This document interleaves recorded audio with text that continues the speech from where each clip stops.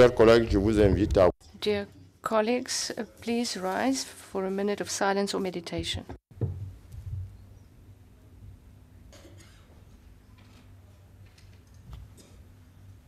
Merci, veuillons nous asseoir. Thank you. Please be seated.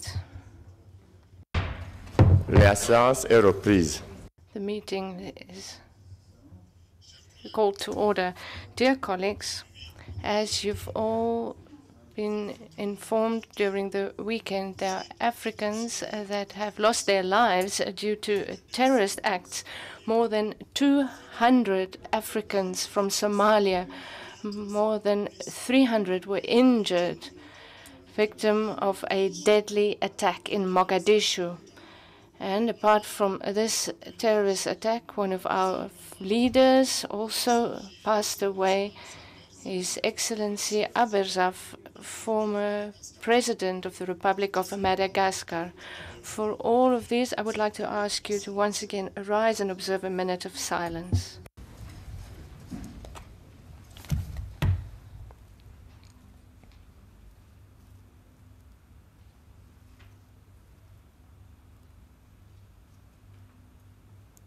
Je vous remercie. Thank you very much.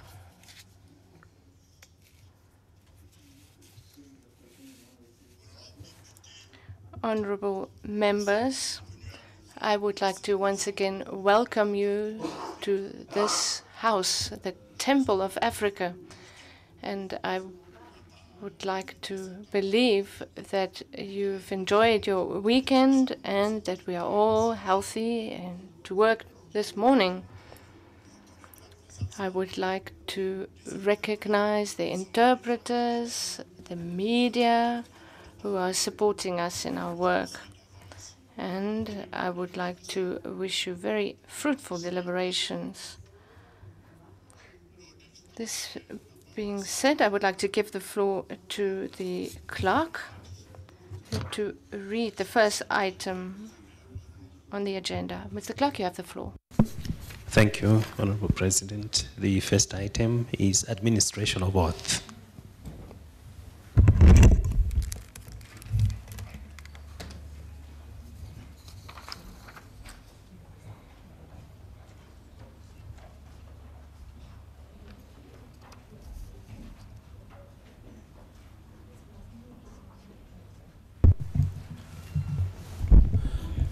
The Honorable President would like to invite to the podium for administration of oath Honorable Senator Zeli Pierre Inzungu Masanga of Congo. L'ordre du jour appelle la prestation. On the agenda, we will now move to the administration of oath, and I would like to invite Senator Zeli Pierre from the Congo to take the oath.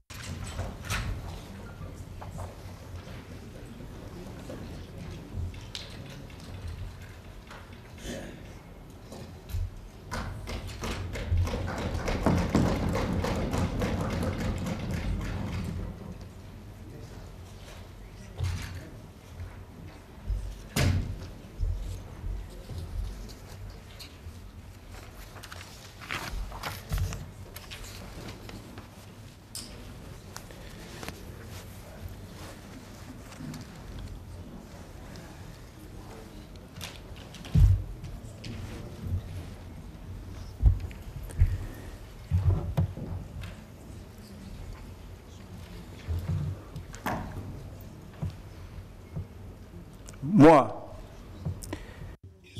I, Izungu Masanga Zeli Pierre, member of the Pan-African Parliament, hereby solemnly declare before the people of Africa and before God that I will perform my functions as a member of the Pan-African Parliament to the best of my ability and with honor and dignity in the service of the peoples of Africa.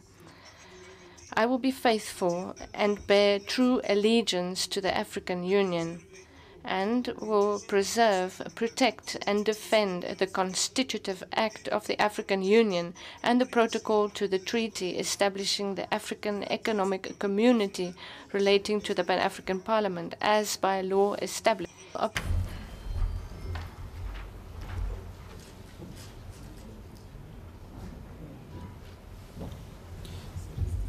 Thank you, honorable members. Honorable Pierre Zelizungu, and I have received a motion in accordance with Rule 60 of the Rules of Procedure. We have received a notice of motion on establishing the strategic network on Sahel security, 2R3S. I invite Honorable Belko Samaseko to table the motion. Chair, the Pan-African is resulting in the suffering of people whose access to education and healthcare is further hampered, considering the far-reaching political, economic, and social implications of the situation. Recalling that member countries of the Sahel-Saharan Strip do not have the capacity to cope with the deteriorating security conditions and the growing and multidimensional instability in this region, recognizing that parliamentarians at both the national and continental levels have a critical role to play in leading the network to achieve its stated objectives. Convinced that the solidarity and the mobilization of Pan-African parliamentarians through a monitoring, evaluation, and coordination mechanism could complement and boost efforts at the national and continental level, decides to establish the strategic network on Sahel security to consolidate security gains and strengthen the capacity for anticipation of the Sahel-Saharan Strip and of Africa as a whole. Moved by Honorable Belko Samaseko of Mali and seconded by Honorable Mohamed Ali Fouli of Djibouti. Thank you. Soutien Mohamed Ali. Seconded by Mohamed Ali Fouli. Is the Honorable in the House? La motion sera inscrite à l'ordre du jour des... This motion will be included in the work of our House for the morning on Wednesday. Invitation for the guests to enter the chamber. Honorable members, in accordance with the provisions of Rule 38H of the Rules of Procedure, I have the pleasure of inviting Her Excellency Catherine Mwangi, Ambassador of Kenya and Permanent Representative of Kenya to the African Union, representing the President of the Peace and Security Council, to enter the chamber.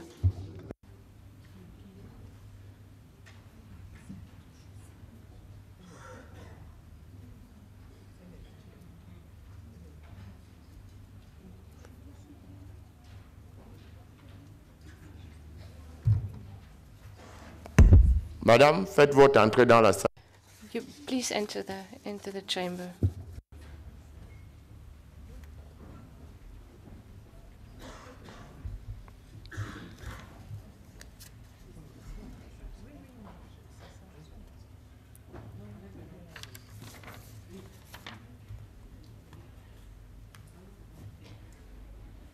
Monsieur le secrétaire général, Mr. Clerk, you have the floor for the first item on our agenda.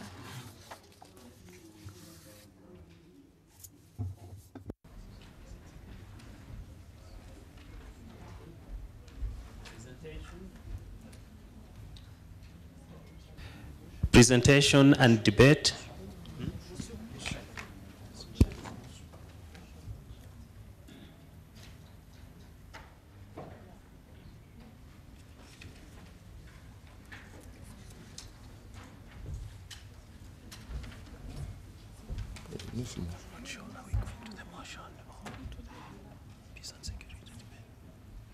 No, we start for the motion.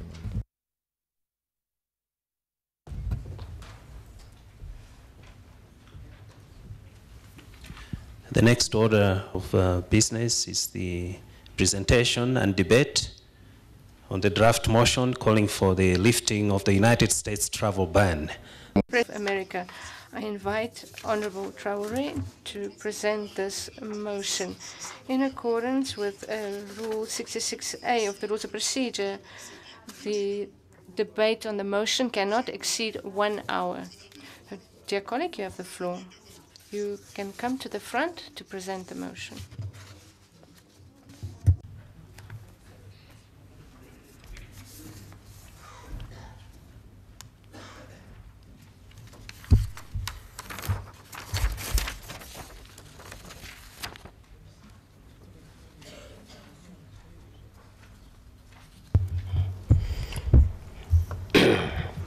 Merci. Thank you, Honorable President of the Pan-African Parliament. Draft motion calling for the lifting of the ban on citizens of Chad from entering the United States of America. Et 66. In accordance with Article 60 and 66 of the Rules of Procedure of the Pan-African Parliament, acknowledging the legitimate right of every state to take protective measures for its citizens and institutions against terrorist threats and attacks, and the overriding need for cooperation against this evil. Noting with shock the decision taken on 25 September 2017 to implement the United States Executive Order 13780 of 6 March 2017 banning Chadians from entering the United States on the grounds that Chad does not adequately share public safety and terrorism-related information. Considering, however, that the country's commitment to combating terrorism by deploying its defense and security forces to work side by side with the military forces of the countries of the Lake Chad Basin Commission and the G5 Sahel Multinational Joint Task Force is a fact that has been recognized and hailed the world over, and that apart from the active cooperation between Chad and the United States, which provides technical support to the Chadian forces, France's Operation Barkhane, stationed on Chadian soil, all point to the good intentions of the country. Highly appreciative of the efforts of the Bureau of the Pan-African Parliament, which immediately initiated talks with the United States Congress to advocate for the lifting of the executive order banning citizens from Chad from entering the United States, which undermines the image of Chad and the interests of Chadian citizens. Endorsing the various statements by the African Union, G5 Sahel, the Chadian government, political class and civil society in Chad, expressing astonishment and the decision of the Pan-African Parliament. One expresses its solidarity and unwavering support to the government and people of Chad and regrets the decision by the United States to ban citizens of Chad from entering the United States. To calls upon the United States government to lift the sanctions, including Chad, on the list of countries whose nationals are banned from entering the United States. Moved by Honorable Sekou Fatomadi Traoré and seconded by Honorable Jamal Bendir Qatari. Done in Midrand on 16 October 2017. I thank you for your attention. Thank you very much, dear colleague.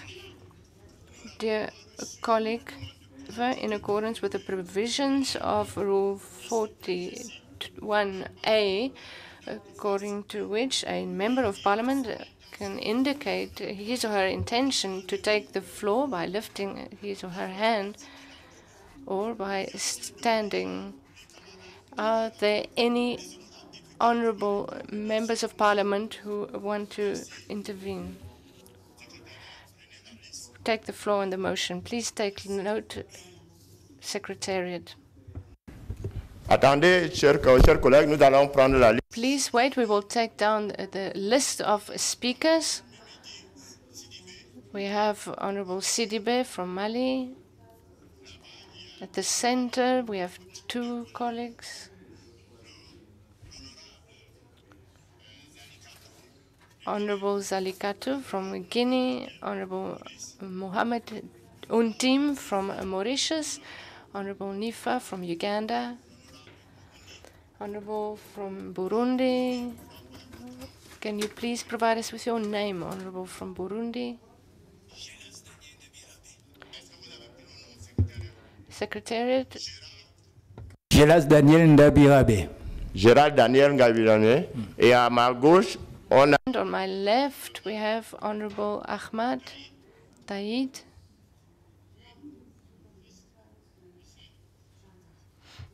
Levez-vous, chers collègues. Please rise, dear colleague. South Africa. Matimbe from South Africa. Et ici? And Amatai from Chad. Et là? Oui? Non. Ambassadeur du Tchad en Afrique du Sud. Excellence. Ambassadeur. Chadian ambassador to South Africa. Devant. You can come forward. Please be seated in the front. La première place devant. And sit right in the front.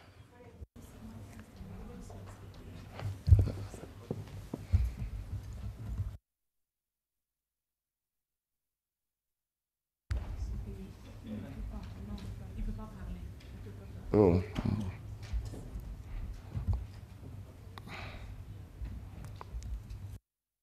Monsieur l'ambassadeur, vous allez suivre tout simplement. Your Excellency, you will listen to the debate. Only the members of Parliament will be able to take the floor. Anyone else? Please give your name to add to the list. Honorable Saman de la RDC, suivant. Saman from the DRC. Next. Burundi.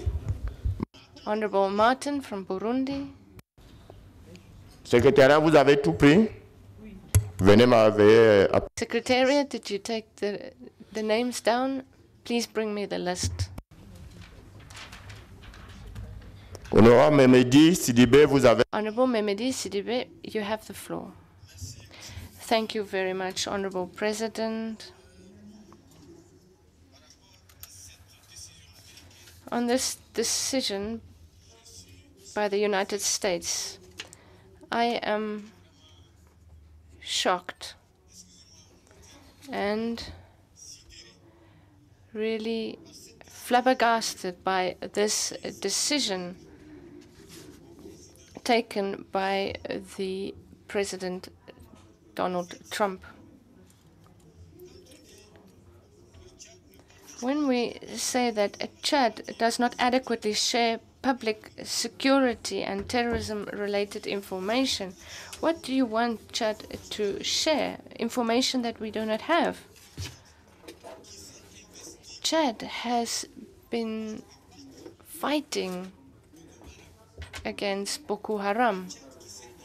Chad has been fighting beyond its borders. For example, in Mali against the Mujahideen, and is significantly contributing to stabilize and bring security to the African continent. Now, instead of this country being congratulated globally, what do we see? With a sudden decision like this, Chad was suspended, a country fully committed in the fight against terrorism. I think that we as Africans, we should not be fooled. We said, Michel Debré said, a country that has no friends. You pursue your interests. But Chad and Mali in particular knows the efforts of Chad, the stabilization of Mali. Well, Chad has been very influential in this. The fight against terrorism in Africa, well, Chad is in the front line against this fight. So this situation should not discourage neither the Africans nor the Chadians. You are Africans, you are committed in the fight against terrorism, and we thank you for it. But, Honorable President, you are the beacon of parliamentary diplomacy in Africa, and as you've done for Sudan, I know that you will be able to take up this challenge so that swiftly Chad can be recognized as a country that brings peace to Africa. I thank you. Thank you very much, dear colleague. Let me now give the floor to Honorable Zalika Katou from Guinea. Merci, Monsieur le Thank you, Honorable President. Allow me to begin by thanking Honorable Fantamadi Traoré from Mali that took this initiative to table this motion inviting the lifting of sanctions against Chad. I would like to reiterate my congratulations because we are cognizant of the laudable efforts that Chad has made to secure Mali. We've seen troops from Chad at the forefront of the battle lines, and during the initial skirmishes, we saw Chadian soldiers lose their lives. At least 30 lost their lives. Grateful through their honorable member. Concerning the Republic of Chad, everybody is surprised by this measure of sanctions. We've noted Chad's efforts in fighting terrorism in Africa at all levels. In our humble opinion, Chad should be congratulated, should be encouraged, and not sanctioned. In similar circumstances, when decisions such as these are made, there are things that have been said openly and others that have not been said implicitly. We are of the opinion that the reasons for the sanctions are inversely proportional to the sanctions, and that is why PAP should be thanked for its spontaneous reaction once these sanctions were mentioned, and we need to push for these sanctions to be lifted. I would like to seize this opportunity to encourage the President of the Pan-African Parliament, as well as all the leadership of the Parliament, to keep on acting in this manner. We need to speak with one voice. We need to work or collaborate with the African Union to assist populations in distress.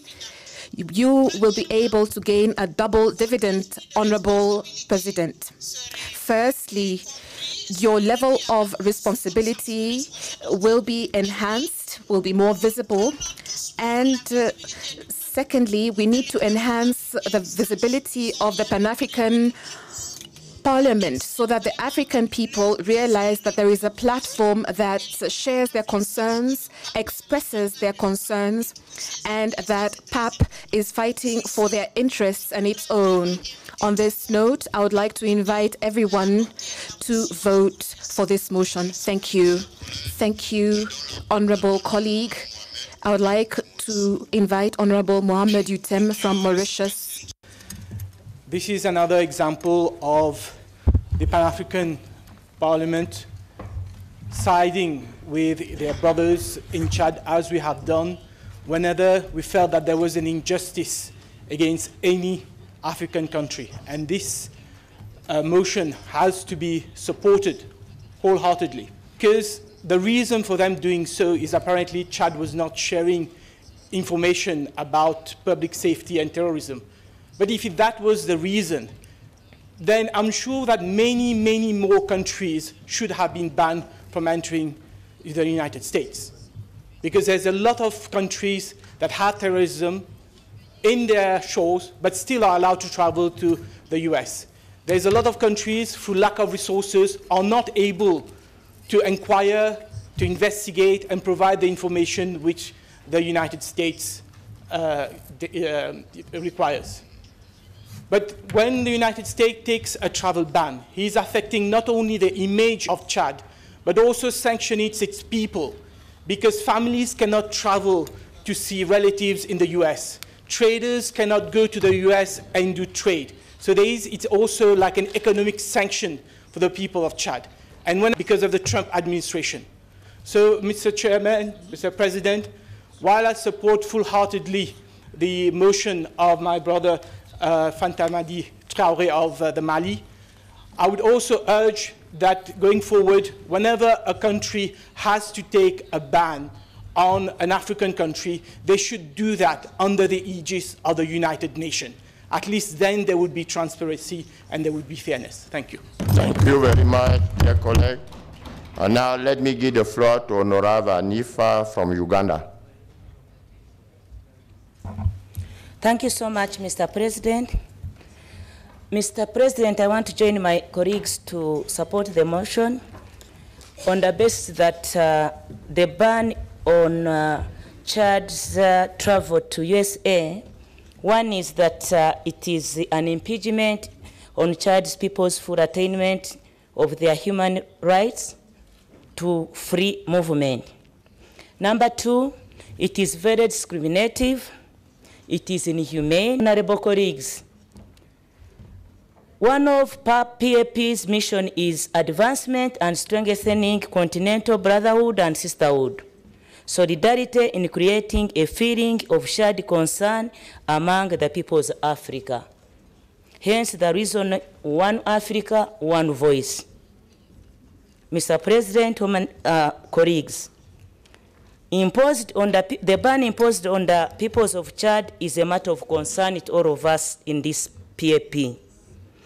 It is our concern, Mr. President, that when I had an opportunity to share the concern of lifting of the sanctions of Sudan, all of us as PAP, we all agreed that it was a concern of the African continent.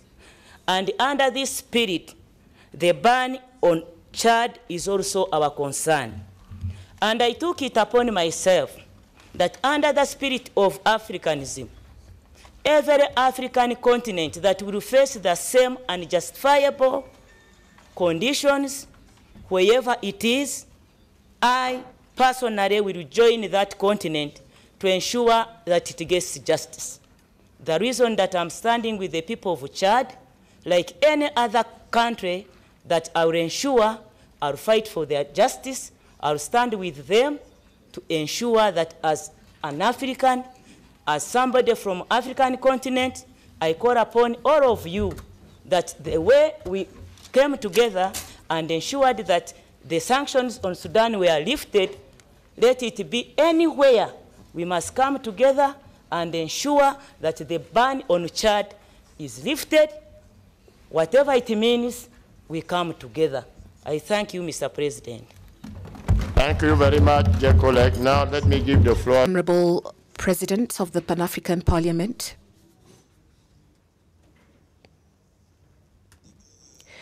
Firstly, I would like to also congratulate the Pan-African Parliament for having included this motion in our agenda today. It is a manifestation of the fact that the Pan-African Parliament is sensitive to this issue.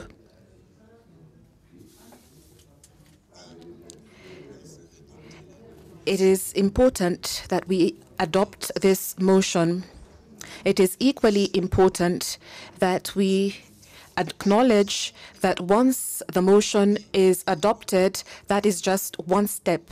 But there's yet another step to cross, and that consists of the follow-up of the implementation of the motion. It is for this reason that I would like to request you, Honorable President, to spare no efforts, as you have been doing, and you did for Sudan, to personally commit yourself to use your powers, use all the latitude possible to ensure that this motion is enforced.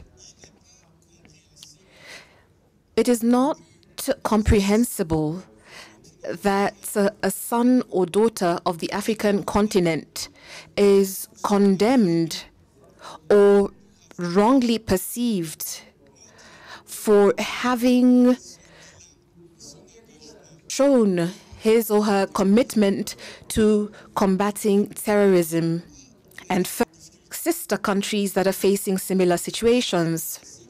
It is not understandable because the international community is engaged to fighting terrorism, beginning with the United States. And now the same international community decides that an African son who's playing his role then is subjected to such treatment. The Chadian people are now under sanction. I do not understand why. There's a colleague who said that perhaps there are things that have not been said openly. Things that have not been said openly have no importance to us.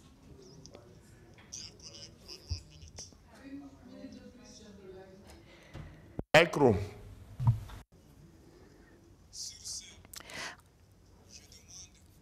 I will conclude by requesting honorable members, the President of the Republic of Chad and his people, so that these sanctions are lifted. As a representative of the population of Burundi, I would like to here express the support of the Burundian people to supporting this motion because it will honor us. Thank you. Floor to Honorable Dr. Matembe from South Africa. Thank you very much, Mr. President, for this opportunity.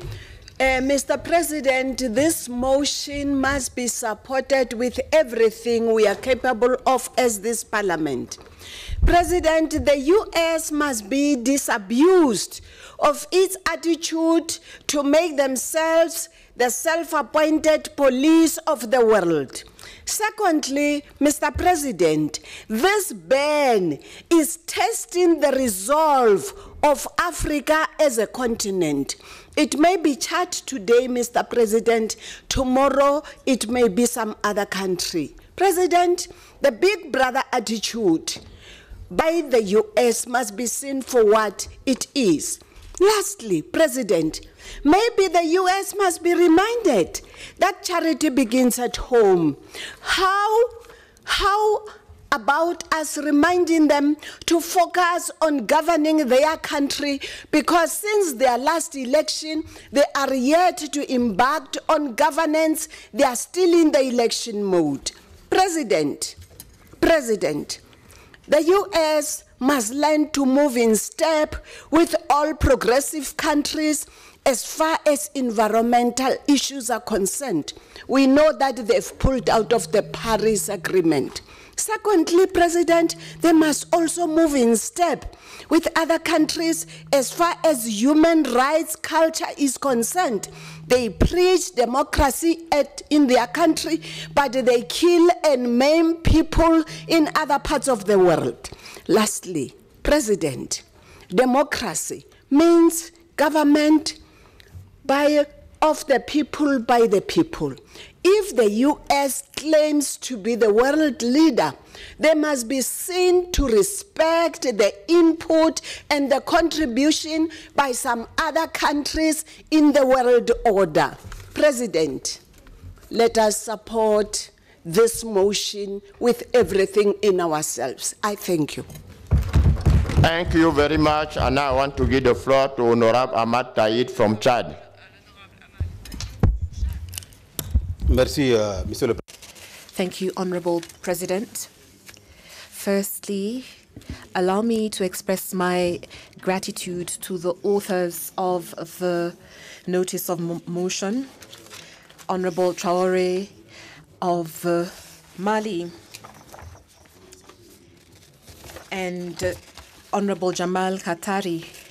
I would also like to thank you, Honorable President, as well as honorable members,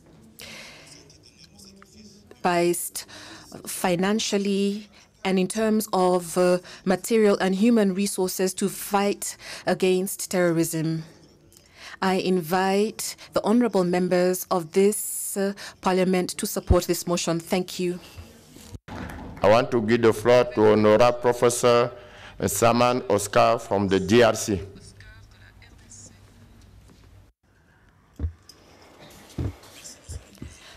Thank you, Honorable President, for giving me the floor.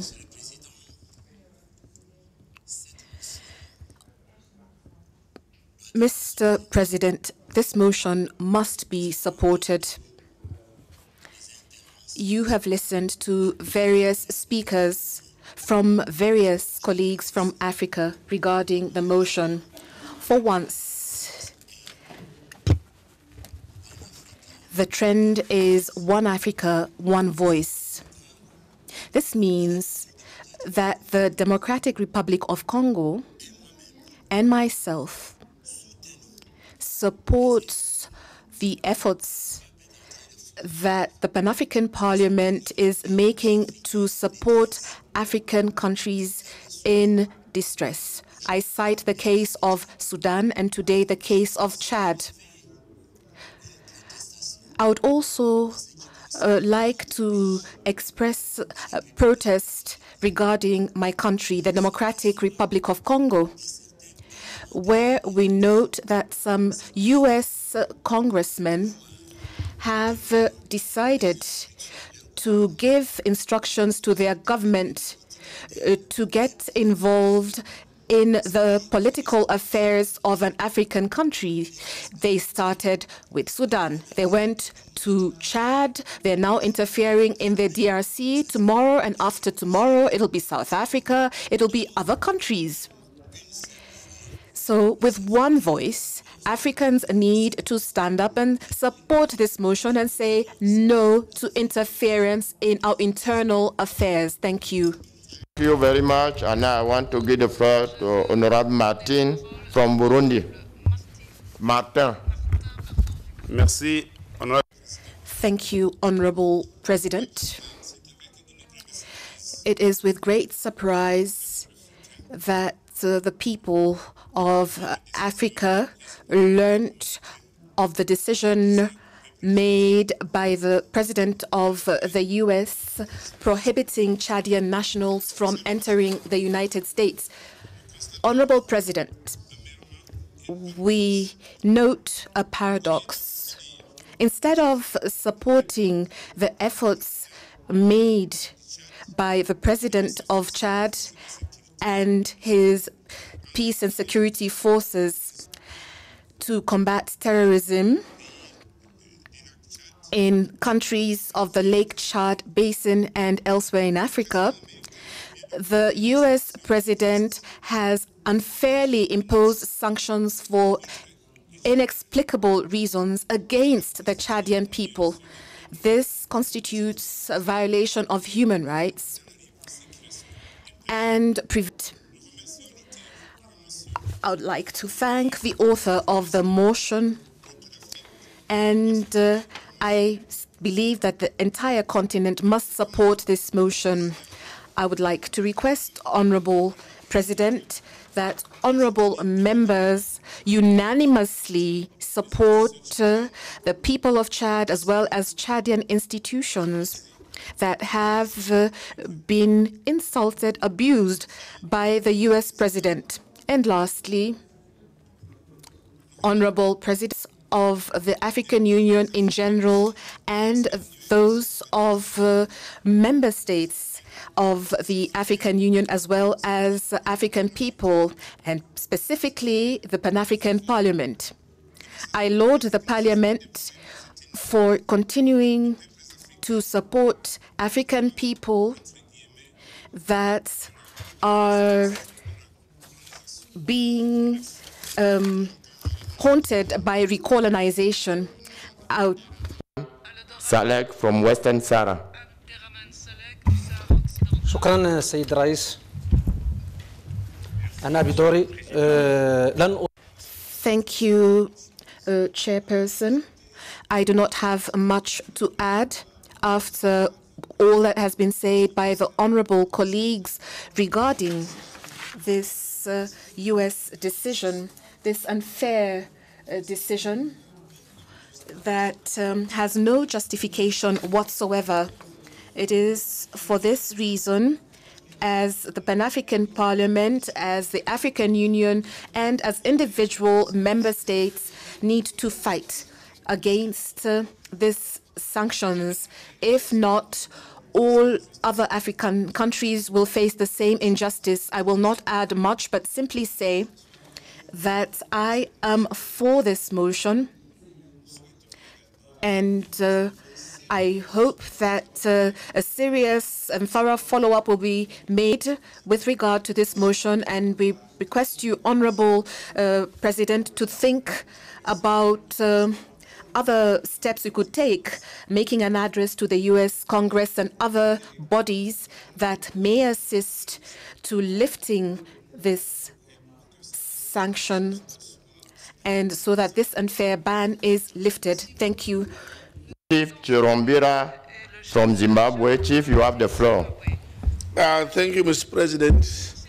I also rise to condemn the travel ban on Chadians traveling to the East, and urge this House to leave no stone unturned in ensuring that the travel ban is lifted. Mr. President, when you look at the actions of America on other continents, and especially in Africa, it is very clear that it doesn't have the respect for other continents and other countries, and especially Africa. Such measures cannot be taken without Africa itself, the AU, and other institutions expressing themselves and leading in terms of how things should be managed. But we should accept that we are not respected, and we need to move into another mode to show that we also matter as Africans. And these actions, Mr. President, is just another model of imperialism, where they think that they are the super of everything, they are superior in every respect. And we should loudly condemn this as PAP and as Africa, and ensure that we do not leave the Chad only to fight. We should fight together with Chad until this is lifted. Thank you very much. Merci beaucoup, cher collègue. Thank you, honorable colleague. I would like to invite Honorable Fantamadi to respond to the various interventions. You have the floor. Thank you, Honorable Chairperson. I believe that all those who have spoken have made excellent contributions.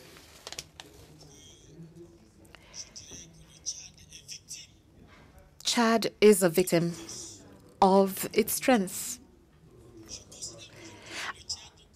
I consider that Chad today is one of the countries that has shown its military force.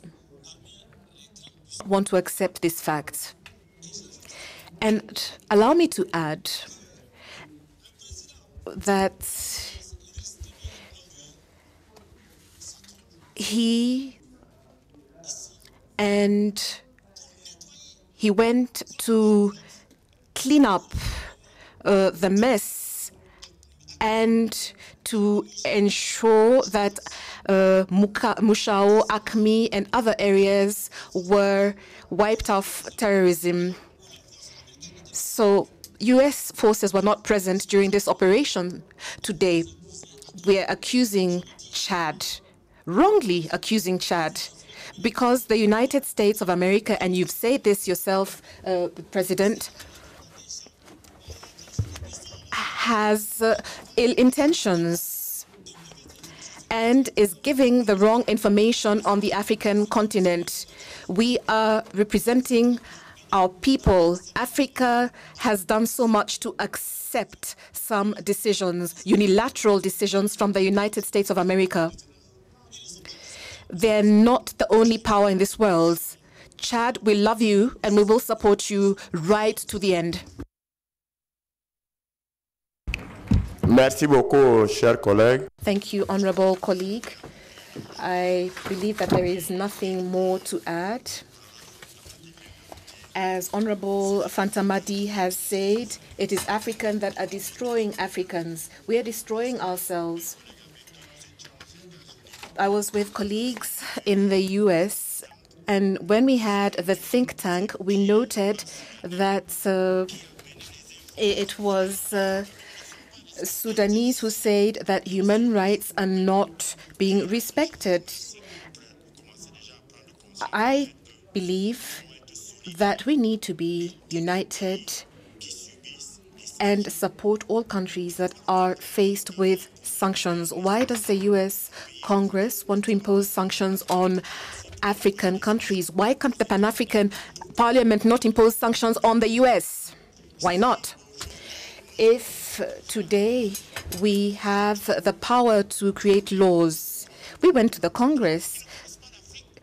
The U.S. Congress do not know Africa.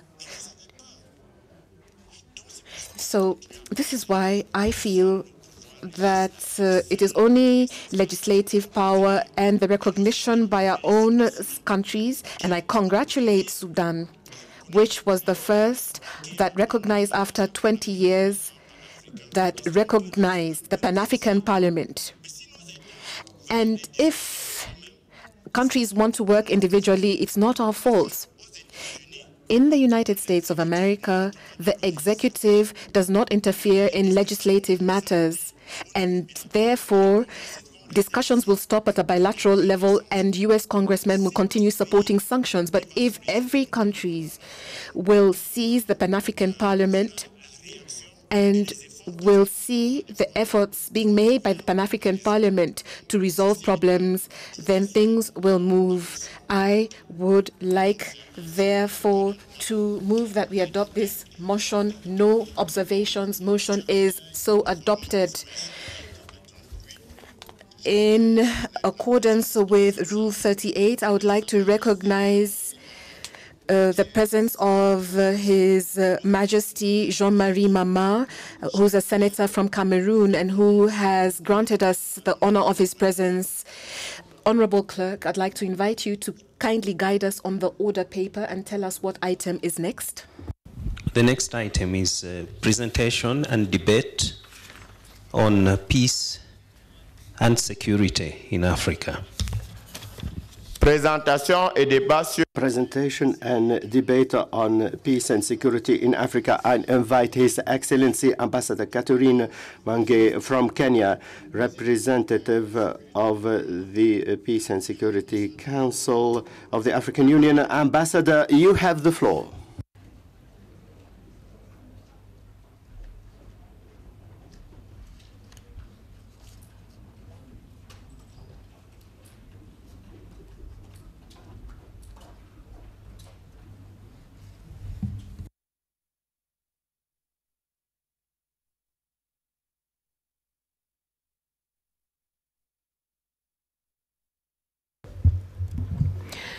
Honorable Speaker of the Pan-African Parliament, honorable members of the Pan-African Parliament, ladies and gentlemen, greetings to you all.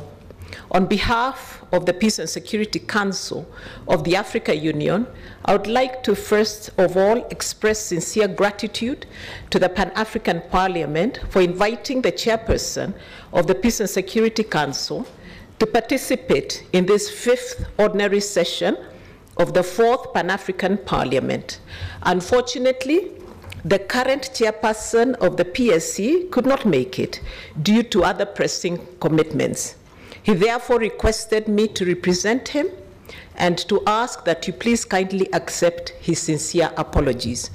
My name is Catherine Muigai Mwangi, Ambassador of the Republic of Kenya and a member of the Peace and Security Council.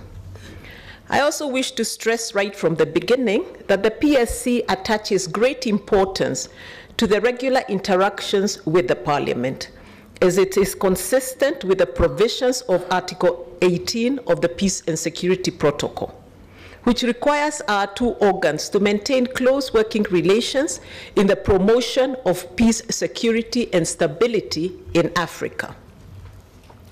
These interactions are also consistent with the spirit of the outcomes of the 666th meeting of the PSC held on 13th March 2017, where emphasis was laid on the importance of institutionalizing and regularizing interactions between the PSC and all its sister AU organs, whose respective mandates cover issues relating to promotion of peace and security and the general well-being of all African people.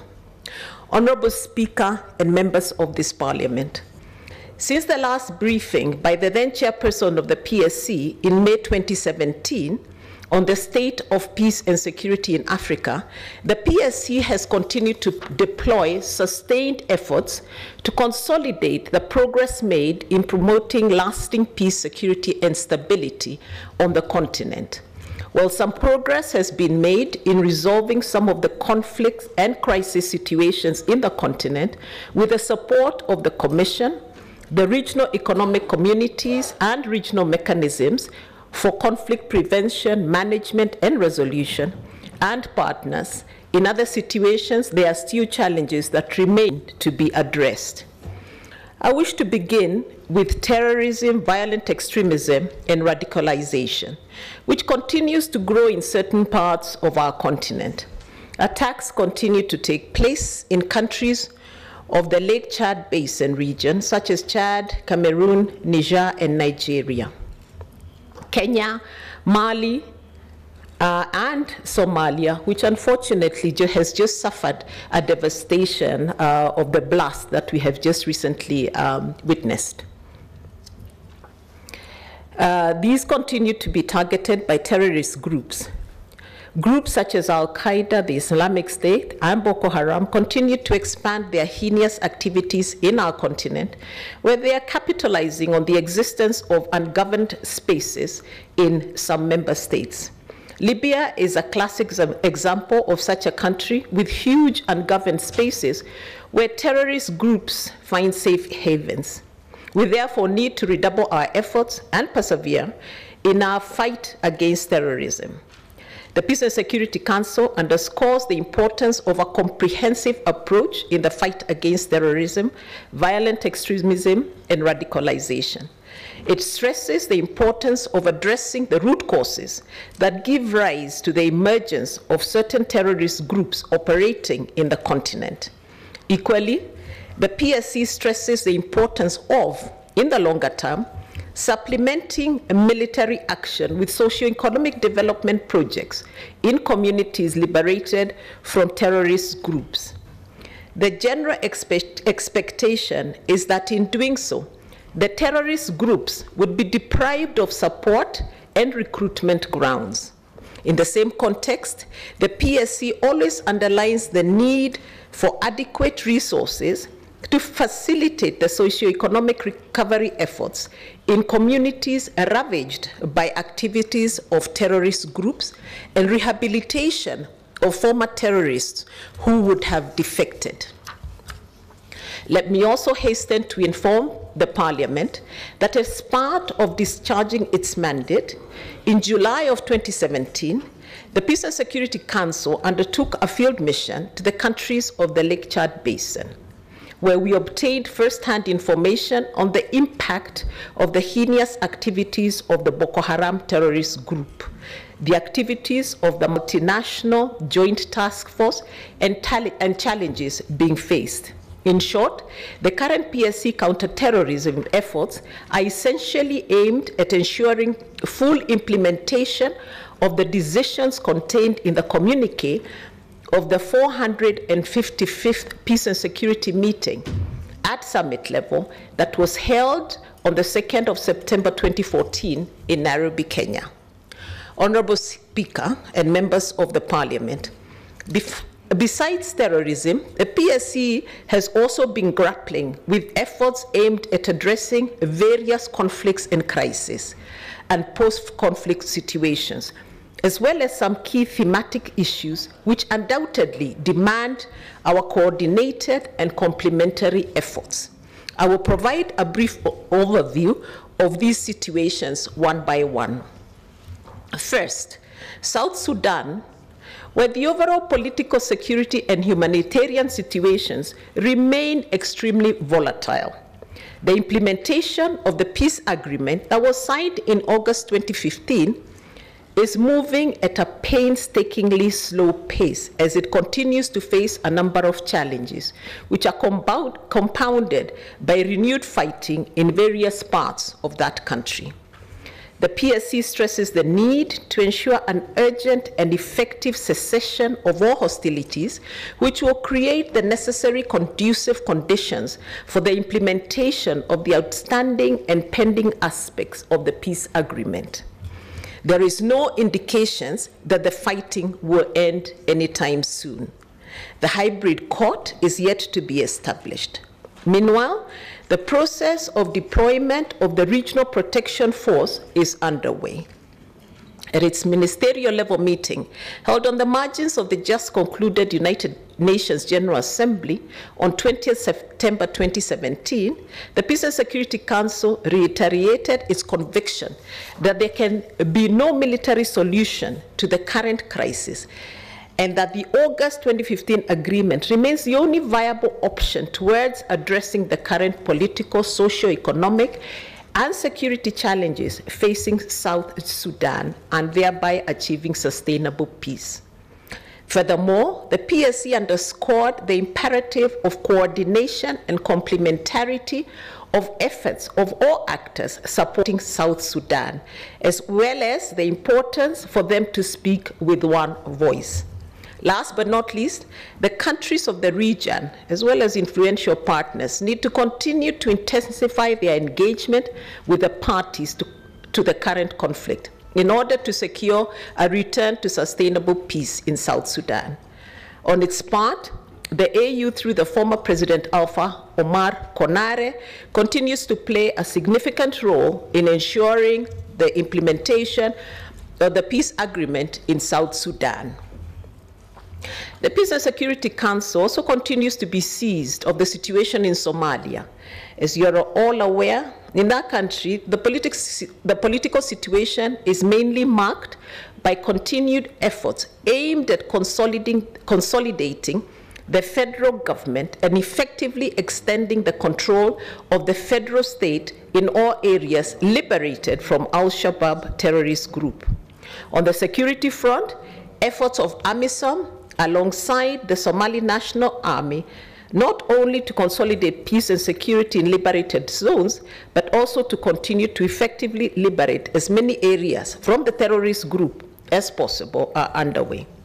However, I wish to state it categorically that although the fighting capacity of Al-Shabaab has been significantly degraded, the group still retains the capacity to launch asymmetric warfare attacks, such as suicide bombings, like what we've just experienced, improvised explosive devices targeting not only symbols of the federal government, including government officials, but also AMISOM troops and facilities.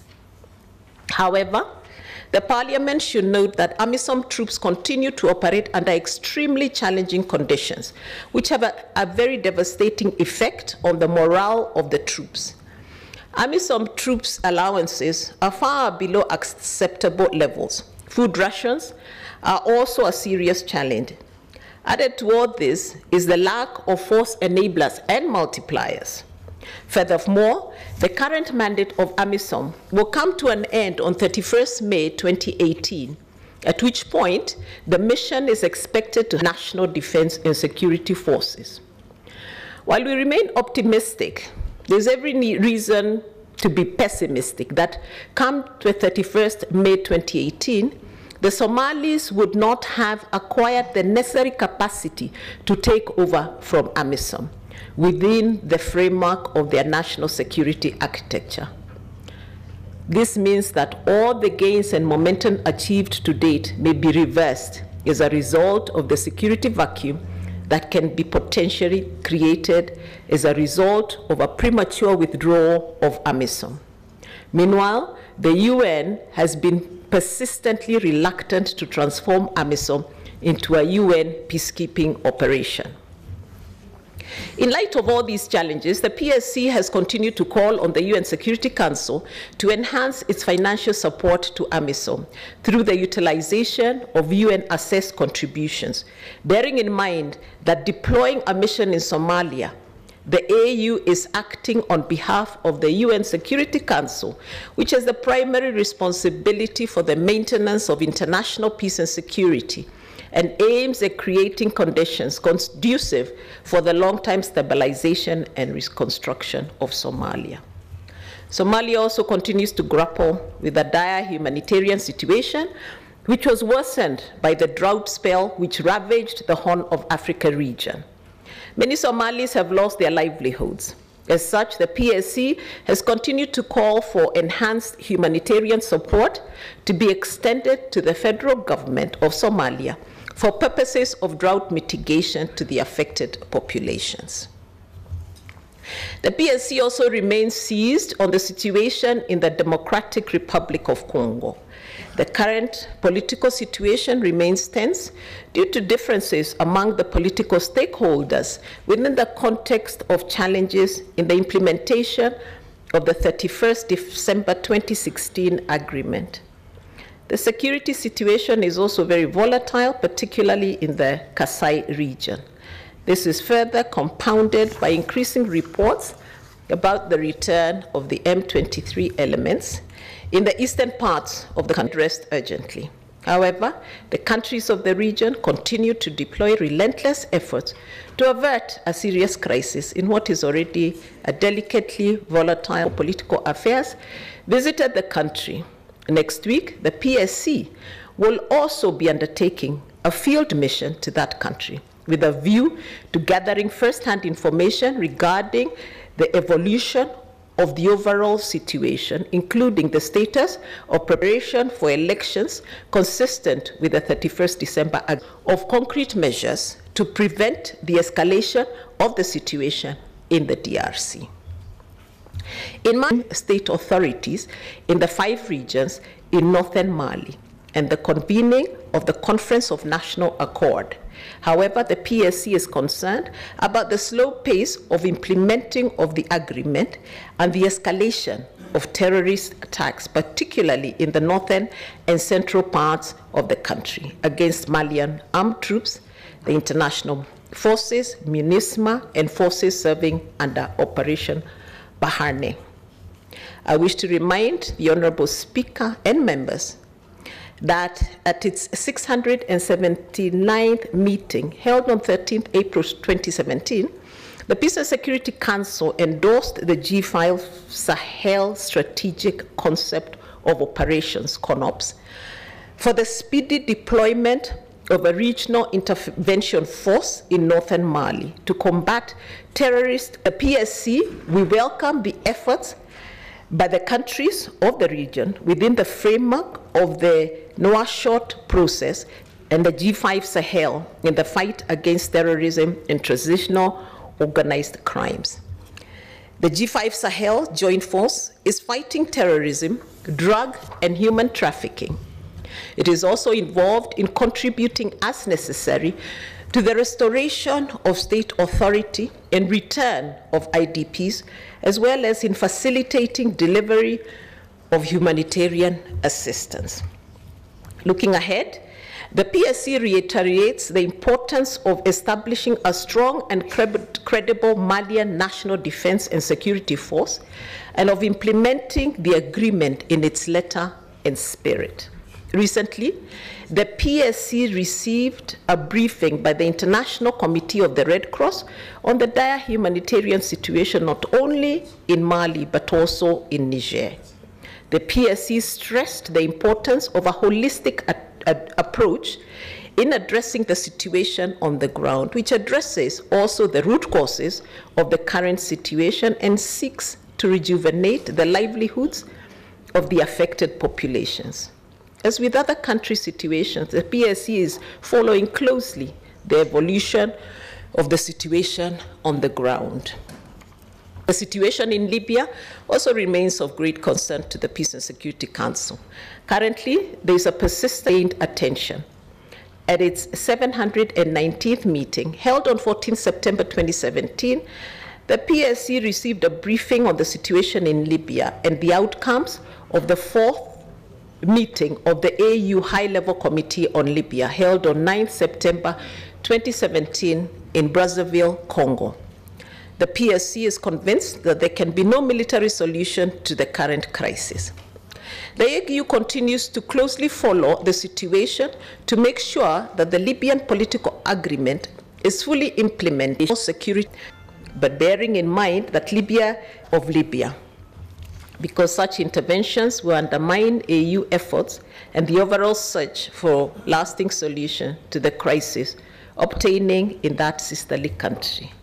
Over and above all, however, the PSC believes that outcomes of coordination of efforts by international actors providing support to the Libyan stakeholders. Another situation on the radar of the PSC is, of course, the situation in Darfur in Sudan.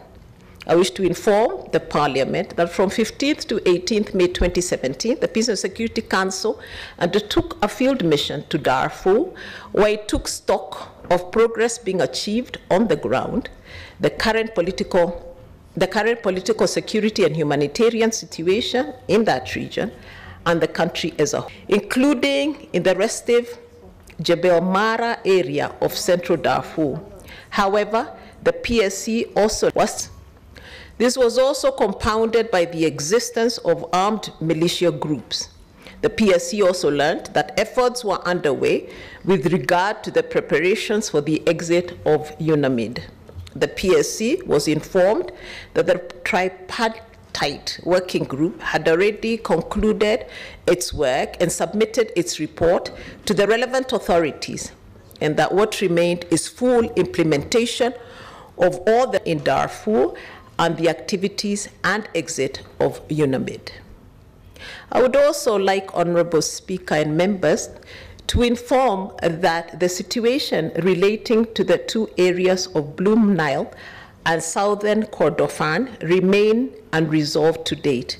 The AU high-level panel led by President Thabo Mbeki remains actively engaged on this issue. On a positive note, the PSC welcomes the decision by the United States of America to lift the economic sanction it imposed on Sudan, and we recognize the effort of this Parliament in that matter, which may potentially unlock opportunities for addressing some of the outstanding. The agenda of the Peace and Security Council is the situation in Western Sahara, a conflict which, as many of you would agree, has been on the decolonization agenda of the United Nations for over 50 years, but to date still remains unresolved. The AU's position is clear in this case. Western Sahara is a case of decolonization in our hands, which demands an urgent solution to ensure that the Sahrawi people express their will through a self-determination. The last UN Security Council resolution and the withdrawal of forces of both parties from Gekiarat generated euphoria and optimism. The PSC has also been closely following and accompanying stabilization and recovery efforts in such countries as the relapses. Honorable Speaker, honorable members of Parliament, besides the country-specific conflict and crisis situations that I have highlighted, among these thematic areas include elections in member states, the fight against hate crimes and the ideology of genocide in Africa, national reconciliation, the role of women in saving lives in dangerous security environments, post-conflict reconstruction and development, as well as on the AU early warning capacity. However, the PSC still faces the challenge of denials by some member states of early warning information, as well as cases of relapses in some countries that will be emerging from violent conflict situations. Therefore, all of these challenges point to the fact that a lot still needs to be done in order to successfully achieve the goal of a conflict-free Africa by the year 2020. In discharging its mandate, the peace and security heavily rely on external donor dependence for the funding of our peace efforts. As a matter of fact, this defeats the whole idea of African solutions to African problems. As we continue to work towards creating conditions conducive for durable peace, security, stability, and prosperity in our continent, we also have a fundamental obligation to respond more positively, wherever possible, to the constant and legitimate demands of our people, including the respect and promotion of human rights and fundamental freedoms. Peace and Security Council would also appreciate it if this Parliament could encourage member states to sign, ratify, and domesticate all existing AU normative instruments. This is probably one of the best approaches of effectively preventing violent conflicts and instability in our continent. Honorable Speaker, honorable members of the Parliament, in conclusion, I'd like to stress that in order to conflict prevention capacities, we need to also enhance our conflict management and conflict transformation capacities. It is in this regard that I would like to encourage all AU sister organs, particularly this very Parliament, to also take full advantage of all available tools for structural conflict prevention, among others, by ensuring our respective governments be more transparent and accountable to the people, and also be responsive to the legitimate demands of the people. All African people are yearning for peace, security, and stability, as well as prosperity. These are achievable goals. These are goals we must all ensure are realized. I would also like to inform the Parliament that the Peace and Security Council devoted its 717th meeting held on organs and entities that deal with peace and security issues within their respective mandates on best means and ways of furthering our continent in a complementary manner within the framework of the Africa Peace and Security Architecture, absensing the guns in Africa by the year 2020, and by extension, creating the conducive conditions for achieving the goals of Agenda 2063. Thus, collective and complementary efforts constitute 2020. I wish two organs should begin to consult with a view to agreeing on an ideal date and venue for our annual joint consultative meeting. I would like to end by reiterating the sincere appreciation of the Peace and Security Council to the relentless efforts of the Pan-African Parliament, which in large measure also contribute very significantly towards the promotion of peace, stability, democracy, and prosperity of our great continent. Honorable Speaker, honorable members, I wish this session fruitful deliberations, and I thank you all for your patience.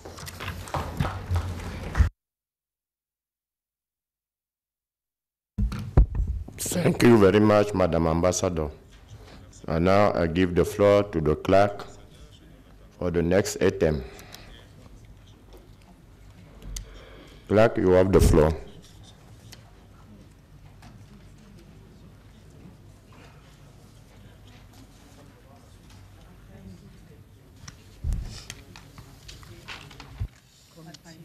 The next item is presentation and debate on the report of the Committee on Cooperation, International Relations, and Conflict Resolution, Fact-Finding Mission to Sudan 2017. Présentation et débat sur le rapport. Presentation and debate on the fact-finding mission to South Sudan held from 11 to 15 September 2017. I invite the Chairperson of the Permanent Committee on Cooperation, International Relations and Conflict Resolution to make his presentation. Mr. Chairperson, you have the floor.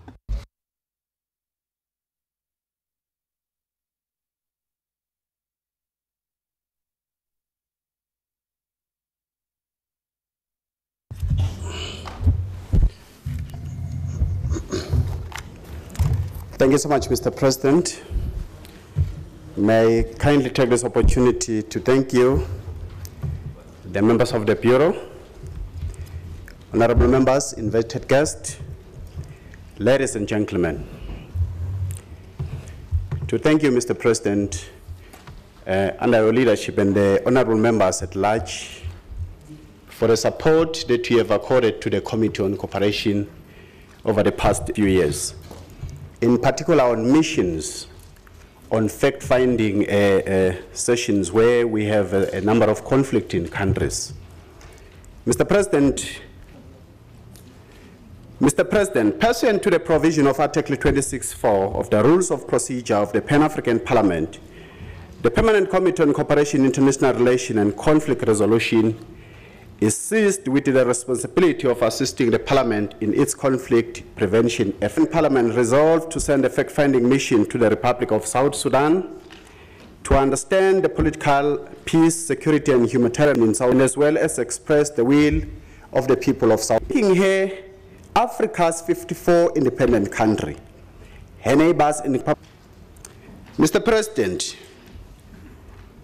South Sudan, Africa's newest independent state, continues to face, due to the recurrent internal security conflicts worsened by famine and general economic malaise. Notwithstanding the challenge, is supporting the implementation of the agreement on the resolution of the conflict in South Sudan, signed in August 2015 in Addis Ababa, Ethiopia. Armed conflicts between forces loyal to former First Vice President of South Sudan, Dr. Riek Machar, and those loyal to government of various uncontrollable armed groups with different and questionable agendas. The growing number of displaced persons in camps continue to serve as a breeding grounds for various armed groups. Further to this, combating approaches by regional powers on how to address the problem is also frustrating efforts underway, Mr. President. The African Union is also supporting the establishment of pillars aimed at achieving transitional justice, such as the Hybrid Court, the Truth and Justice and Reconciliation Commission, and the Competition Authority. Furthermore, efforts towards deployment of regional peace force being advocated by Intergovernmental Organization on Development, IGAD, since 2010 is underway. The main objective of the mission, Mr. President, we have several received reports on the situation of South Sudan and continues to be seized with the matter as Pan-African Parliament, in particular the Committee on Cooperation. The protection of civilian and humanitarian is encouraged with its advisory role and in line with the objective of promoting peace, security, stability, and the principle of human rights, as well as promotion of democratic culture, good governance, transparency, and the member states. Transparency and the rule of law at all levels need their intervention. So, Mr. President, it was so imperative for us as a committee to go to South Sudan and get information on the current, establish the humanitarian situation on the ground, especially on the issue of nationals that has fled to neighboring countries. understand the socio-economic situation in the country, and make recommendations to the plenary of Pan-African Parliament about the situation. The mission was composed of the members outlined in the report. In undertaking the mission, Mr. President, the mission, through the President of the Pan-African Parliament, we wrote a letter to the Speaker of the Transitional National Legislative Assembly and to the Speaker of the Council of State in the Republic of Sudan. The institutions that were conducted during the mission included the African Union, the Minister himself and his team, the judiciary represented by the Chief Justice, youth, women and children groups, the United Nations missions in South Sudan, representatives of the political parties, Joint Monitoring and Evaluation Commission, known as the JMAC. Mr. President, when we arrived in Juba, our point of entry as one of the bodies to the AU, we felt it was very important for us to begin by interacting with the AU representative in Juba. It is during that conversation that we gathered the following information. Having met he thanked the Pan-African Parliament for undertaking the mission, noting the voices of the representatives of the Pan-African people have been missing in the dialogue with the people of South Sudan. In his brief, Ambassador Prof. Bissaro noted that he has witnessed South Sudan grow from leaps and bounds, but sadly, since December 2013 to date, the events witnessed in the country did not reflect the gains of the 50-year struggle of the people of South Sudan. The senseless war which has been experienced in the country were too much straight at coming from the independence in 2011. The wars, he observed, were about struggling for leadership within the Sudan's People Liberation Movement, known as SPLM, the party that liberated the country to independence. The differences had degenerated into seemingly ethnic war between the Dinka ethnic group with His Excellency Salva Kiir and the Nuer ethnic group that the former Vice President Dr. Riek Machar belongs to. In his brief, he pointed out that in August 2015, the sub-regional organization, Intergovernmental Authority on Development, IGAD, together with the African Union, the international community brokered an agreement amongst the warring faction. The agreement on the resolution of the conflict of the Republic of South Sudan, which presented a roadmap of ending the conflict, South Sudan, and the formation of a transitional national government. The agreement was signed by the main factions led by His Excellency, the President Salva Kiir, and the Commander-in-Chief of the National Defense Forces of South Sudan, as well as His Excellency Dr. Riek Machar as a Chairman and Commander-in-Chief of SNLPM in opposition, as well as Pagan Oken for the former detainees. The political parties, Mr. President, we have to point it out that during the signing of the agreement, they didn't sign, they were not part to the signing of the agreement for various reasons. The agreement was further signed by stakeholders who included the civil society of South Sudan, faith-based leaders of South Sudan, representative of Women Bloc of South Sudan, representative of eminent personalities. Also included in signing of the agreement were the adherents, the IGAD head of state, and the ambassador informed the PAP team that the agreement has been criticized for concentrating on only two mainly seen to represent the Dinka and the Nui, leaving out the rest of the other ethnic outlined what basically the chapters all talk about in the report. And may you just allow me to just the way it have taken place with negative effects on the implementation of the agreement. The country has experienced increased pockets of violence. Northern Juba in particular, that has been largely peaceful, is now a bedrock for frequent terror. The south of the country, too, President Salva Kiir and Dr. Riek Machar have further hampered the agreement. Currently, Dr. Riek Machar has been taken out of South Sudan and is a resident of South Africa and is unable to return home. He, however, Mr. President, honorable members, President Festus Monk, in implementing the agreement and taking into account the various delays in the process, recommended that to IGAD that there is a need to revitalize the agreement which was signed in 2015 to bring on board parties that were not included, completing peace to the country. President Salva Kiir has formed a National Dialogue Commission.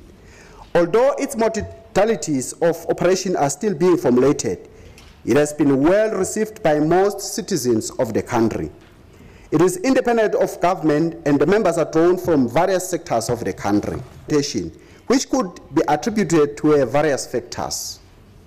The element of mistrust among the key stakeholders was paramount, with accusations that there was no political will to implement the agreement. The humanitarian situation in the country was also hampering implementation. Geographical competing interest among member states of IGAD has also been seen as a hindrance in the implementation process by both the National of South Sudan and the member states around. However, he emphasized that all was not lost in the peace process. He emphasized that Africa was certain that they would ensure that peace is restored within South Sudan. African solutions that would solve African problems. He was certain that the head of state, seized with the matter, would not allow South Sudan to decay into further anarchy. Mr. President, we also visited the Speaker of Council of States.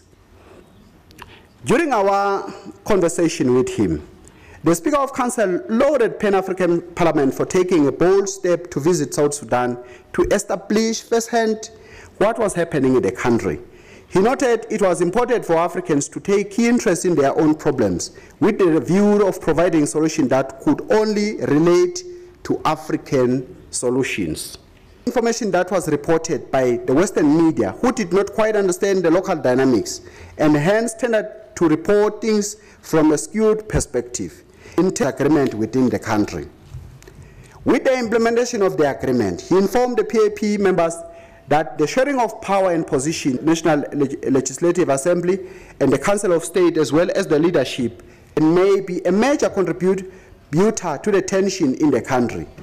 His biggest criticism of the agreement was that the agreement allowed voting to two principles respectively. This, in his perspective, was a clear recipe for disaster. It is therefore no wonder that the clutches that the 2016 attack at the presidential was a problem of the two armies. Taking on the benefits of the national dialogue, bringing on board everybody, and he called upon the opposition to come home and participate in the dialogue. The inclusivity of all is paramount. The difference in South Sudan were drawn along tribal lines, mainly the Dinka and the Nwe. However, other tribes were now also involved in leaning towards one of the two tribes, as they perceived this as the only way of also being included in the dispute solution. It is therefore important to find a methodology to deal with these issues. Mr. President, honorable members, we then met the Speaker at the Transitional National Deputy Speaker on behalf of His Right Honorable Anthony Lino, who was away on official duty.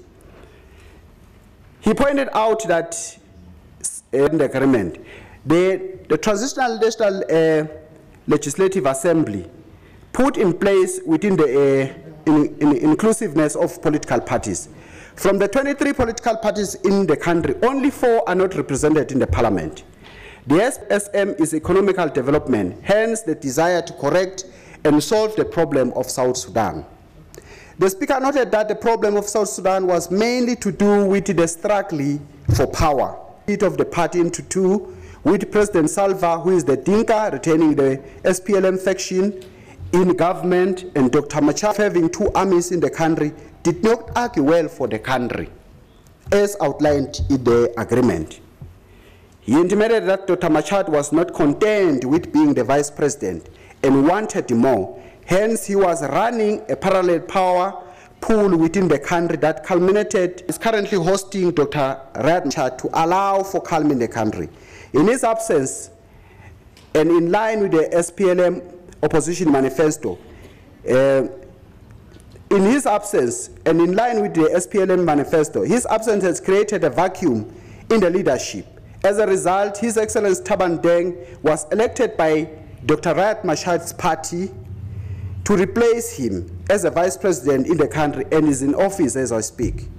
This, of course, has brought into play new dynamics in the implementation of the agreement, hence the need to revitalize the agreement.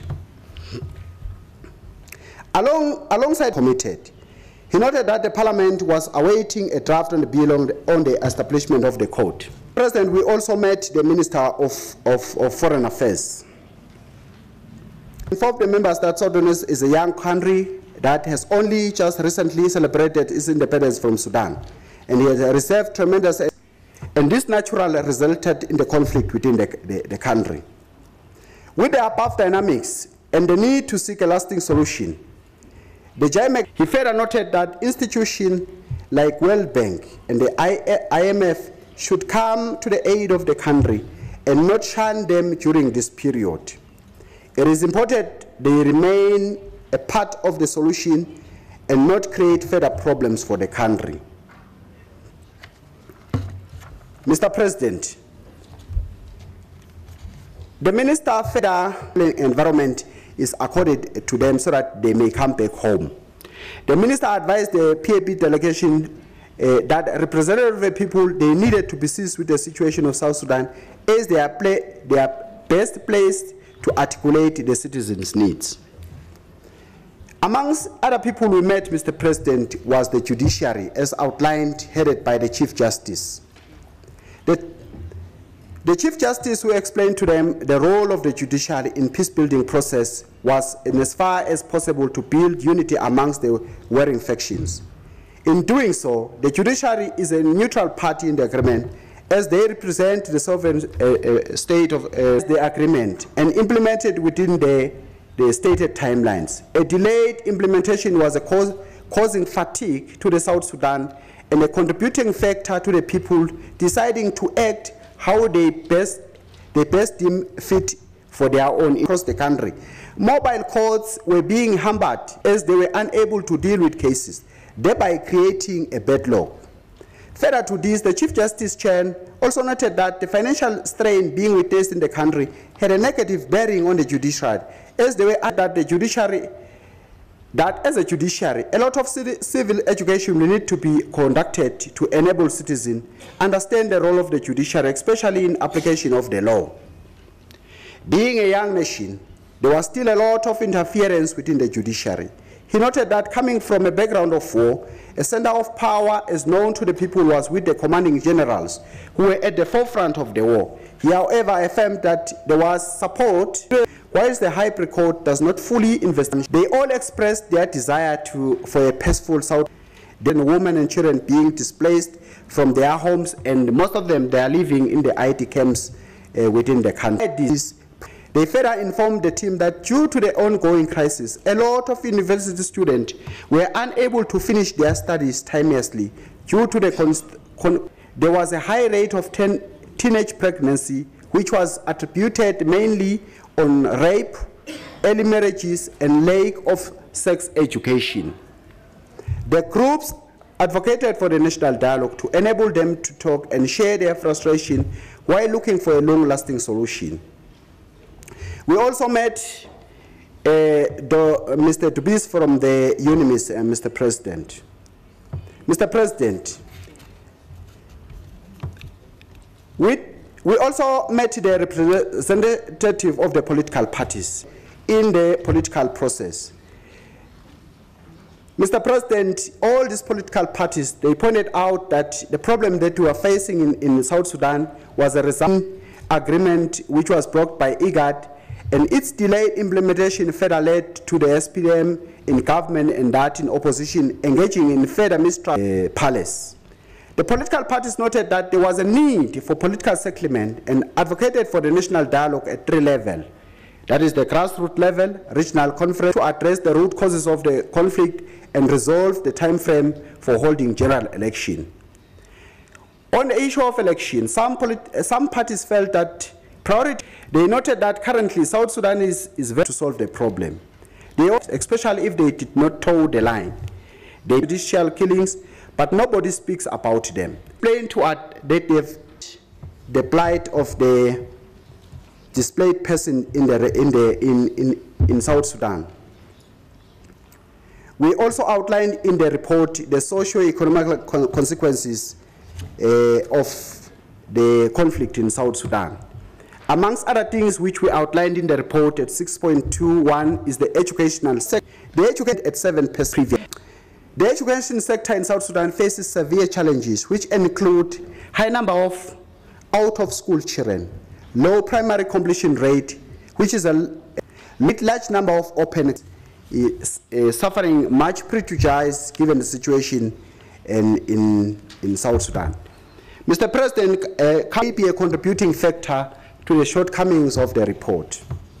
The limited time and resources for the mission posed a huge challenge to the mission in a country as vast as South Sudan with a situation that is quite complicated. Secondly, the over-reliance on local stakeholders for As a result, Mr. President, infrastructure in the country also limited the team's ability to find, interact with, or who would basically represent South Sudan. In conclusion, Mr. President, as a mission, we came up we're of the view that the situation in South Sudan is as a general will for peace. The delayed, controllable armed gangs are creating anarchy in the country. This is attributed to the delayed and or failure of implementing the cantonment of forces after opposition by the main protagonist. We are talking about the key players, Mr. President, the situation there. And I'm happy that the peace and security personnel, when he was making it. Mr. President, there is a growing disappointment by the people of South Sudan in the apparent lack of with a growing and looming famine. Crime is also assuming an alarming proportions with impunity because of the lack of security and inability of the state institution, including the judiciary, to function and by approval that the international conference, Mr. President, in South Sudan under the access of the AU and its organ, regional economic blocs and the United Nations. It is very, very important, Mr. President, to have the international dialogue with us, Mr. President, especially all political parties, and represent the implementation of the revitalized agreement. Why, Mr. President, we point out to that? If you look even the financial situation that was there in South Sudan. So we urge the international community, the AU member states, to support the humanitarian situation in South Sudan. It is fundamental, Mr. President, when we met the AU representative of South Sudan, and I would also urge you as members of the Pan-African Parliament of humanitarian in South Sudan. So that's what we are recommending here. To the representative on the ground. So we need to put our voice in every negotiation that we have, that, you know, the AU and its bodies have on. The IGAD should revisit the requirement to have a hybrid code as opposed to the Truth and Reconciliation. The Committee of Cooperation and Relation Conflict Resolution continues to monitor the situation in South Sudan and advise the Parliament. Facilitation provided during the mission, and it is further thankful to all organs and institutions that availed themselves to meet with and discuss frankly the matters relating to South Sudan. Thank you so much, Mr. President. Merci beaucoup. Thank you very much, honorable colleague. Before opening the floor to the audience from afar to come and take part in this meeting, Honorable Abbas and Honorable Wilfred, Honorable Onyango Gideon, and Honorable Namwe Stella. If they are in the hall, we wish you well that your distinguished colleagues, I have before me a vote of thanks To say thank you to Her Excellency the Ambassador and the Chairman, if there are any issues for that matter. In that way, Ambassador, we thank you on behalf of all the MPs of the Pan-African Parliament for the report and the chairperson that are very difficult to deal with in South Sudan. Also first. You have the presenter, which make it sometimes that people desert some, and therefore we want to know, to reassure in our continent as a whole. I do welcome on behalf of the DRC affected province took place in September, and it reconciled the different tribes that were at the APCs. We have a very good experience. Thank you.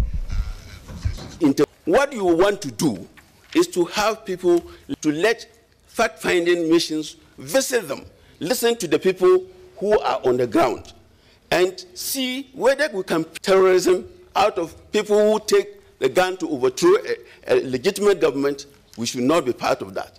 But when you see the government should not kill innocent people who have been deployed in the streets. Secondly, those leaders who have deployed the masses onto the streets should be contacted and their side be listened to. One way of resolving a problem is listening to the parties to the dispute. Thank you very much for the opportunity. Thank you very much. And now I want to give the...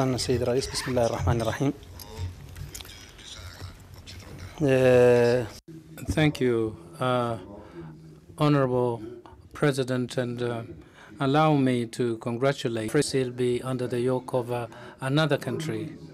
It is unacceptable that a fellow African country would. We hope that this is going to help us resolve various issues that pertain to Africa, including that the one that relates.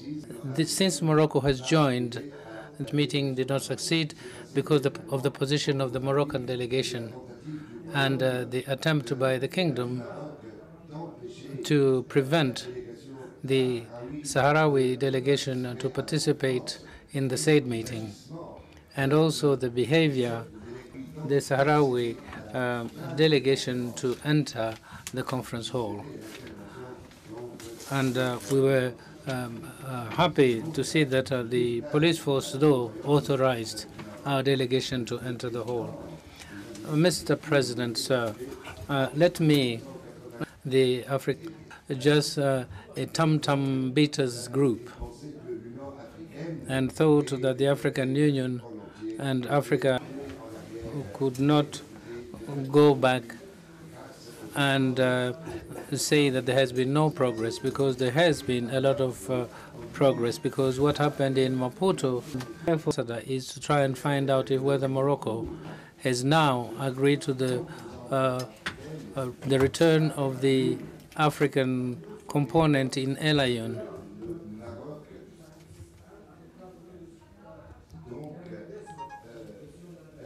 Madame Honorable. Madame n'est pas dans la salle. And now I give the floor to Honorable Ousmane Kouré Jaco from Niger. Merci, Monsieur le Président. Thank you, Mr. President. Mr. President, the duty to recall what you already know. My country, Niger, like other countries in the Sahel, is witnessing a very critical situation at the moment. Let me recall that Niger is facing three challenges at three fronts. Another front in the northwest of Niger, on the border with Mali and Burkina, and the third front is in the northeast, a country of peace and security. Its development efforts are jeopardized. We tend, you also know that following the initiative of our head, and the outcomes are felt in our sub-region to provide assistance. Their colleagues Our institution is capable, I'm certain, under the presidency of our dear colleague Roger, doing because it was capable of doing so recently. I'm sure that with the statements made today with regard to the lifting to support countries fighting against terrorism instead of waiting for the support of the international community. Honorable Senator Pilar Jombe from Equatorial Guinea.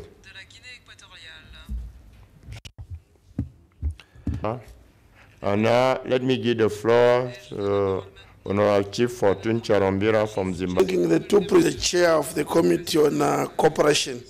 The report is well written. One can easily follow. And the presentation was very good. But my first contribution goes to the president on the continent. You touched on elections, role of women. Maybe I didn't get you properly. I didn't hear you talk about the issue of the youth. The issue of the youth is a potential source of crisis if we don't handle it properly. Let me start with DRC. I think the experience of DRC is instructive for peace. Peace is likely to be sustainable. So what we need in DRC is not to interfere with the processes, but to support the people there, which the rocks. And then they believe that if Morocco is part of the AU, it will then decolonize the Sahrawi and move out. My concern is that there's no time frame for that. So this may again be another phase that may continue without any solution. I think the AU should be very careful in its approach. Coming to South Sudan, Mr. President, our brothers have let us down, which I may refer to as a very primitive war, that they are an embarrassment to us. And that of the recommendations, so Mr. President, sometimes this is wrong, so that maybe they can listen to a bigger group like this one. Thank you very much. Thank you very much. And now I want to give using the fragility of border areas. Border porosity in Africa makes it difficult to fight against terrorism. In the Sahel, we are witnesses in arms and humans. The Sahel is characterized. It is that in the same Sahel, and in spite of the deployment of all foreign forces, there are difficulties in containing terrorist groups which are located in North Mali and northeast of Nigeria. Terrorist organizations have a different operating mode, the use of motos to carry out terrorist attacks. The use of from the control of intelligence services. UNESMA lacks a which are the interests we need to take into account. Now, if we don't understand why UNESMA does not have the even the strongest state in the world, all of this means that no counter escape from this terrorist and at a time when we need to pull our efforts together to be and will, and Sahel countries have a ability to promote development. All these factors are affecting socio-economic development, and this is a major challenge that needs to be addressed by the PSC. The PSC in the African Union is now reinforced with AfriPol, and we have not talked much about it. This PSC is facing a number of challenges. How can we solve African conflicts in a peaceful manner? How can we fight efficiently against terrorism and organized crime and cyber question of the Western Sahara? This is a pending issue. We hoped that with the returning of Morocco to the African Union without any conditions and reservations, we'll sit with the Sahrawi Republic to identify speedy solutions to this long-lasting conflict. Unfortunately, the situation is getting worse. One question, Sahara. The question of the Western Sahara is a part of the process of decolonization. And the United Nations is responsible for this in virtue of the resolution 1514. The Western Sahara question will not be solved without the inalienable right of the Sahrawis to self-determination. As regards the situation in Mali, Algeria will pursue its efforts with a view to bringing together our brothers in Mali to negotiate, to overcome their differences, and to go to implement the peace agreement in Mali. We call here for a great Libya. Algeria reiterated its support for the new UN roadmap to settle the crisis in Libya. Algeria is committed, along with Tunisia and Egypt. Algeria is committed to pursue its efforts to support our Libyans through dialogue and national reconciliation for the unity of the country and the people. I thank you very much. Thank you. Thank you, Mr. President. Our requirements for development. We ask African states to anticipate the control of conflicts in Africa. We should not wait for the emergence of new hotbeds of conflict to settle these issues. We have regional and continental organizations which must play a prevention and control role. The first pillar of development is peace. Other factors can only be secondary, and challenges are many. In the fight, in the common struggle and the concerted action, that Africa can reach its objective of peace in the short term. We must have a common will to fight and succeed so that peace becomes a reality in Africa. We hail all the goodwill expressed so that peace and security become a common dealing with conflicts in Africa. This is the heart of the issue. Thank you. Jirawi from Tunisia. He's not in the chamber. Monji. Now I give the floor to Honorable Gairinana Anifa from Uganda. Thank you so much, Mr. President. In the South Sudan mission report, I'm an interested party. As you know, Sudan is separated from Uganda by the colonial masters, by the drawings in form of borders. So for that matter, I'll be requesting for an extra 1 minute. Mr. President, we are in the era where Africa should be by now on an irreversible path towards sustainable political and security situation is so disheartening when it comes to the situation and so about the situation in Southern Sudan. The mission's report is very clear. It is disheartening, it is disappointing, but it needs urgent attention. Mr. President and honorable members, every problem that concerns Southern Sudan, it concerns Uganda. Every problem that is in Southern Sudan spills over to Uganda. Every insecurity, every instability, all the influx of immigrants, every encroachment of the economy, the little economy of Uganda, whatever is happening in Sudan encroaches on Uganda. And this is why I'm saying that as Uganda, all the women, all the kids that are suffering, they come to Uganda. No wonder, Mr. President, when we were in Congress, Congressman Christopher Smith said, and he said very strongly that he is not a diplomat. Uganda and Kenya must ensure they solve the problem of Southern Sudan. And he looked at me, and the rest of the delegation kept quiet, looked at me. And the diplomacy in me, I swallowed on behalf of my brothers in Sudan, all that he said. under the same Pan-African spirit, I am calling honorable members, my colleagues, the way we have solved the issue of Sudan, the issue of Chad, we must come together under one voice. We solve the issue of Southern Sudan. And I call upon you that we support the committees. 1 minute. The missions report, so that the recommendations, we find a lasting solution. To my brothers in Southern Sudan, it's quite a disappointment. You know where we have come from. You know what is happening there. And we must put an end to this.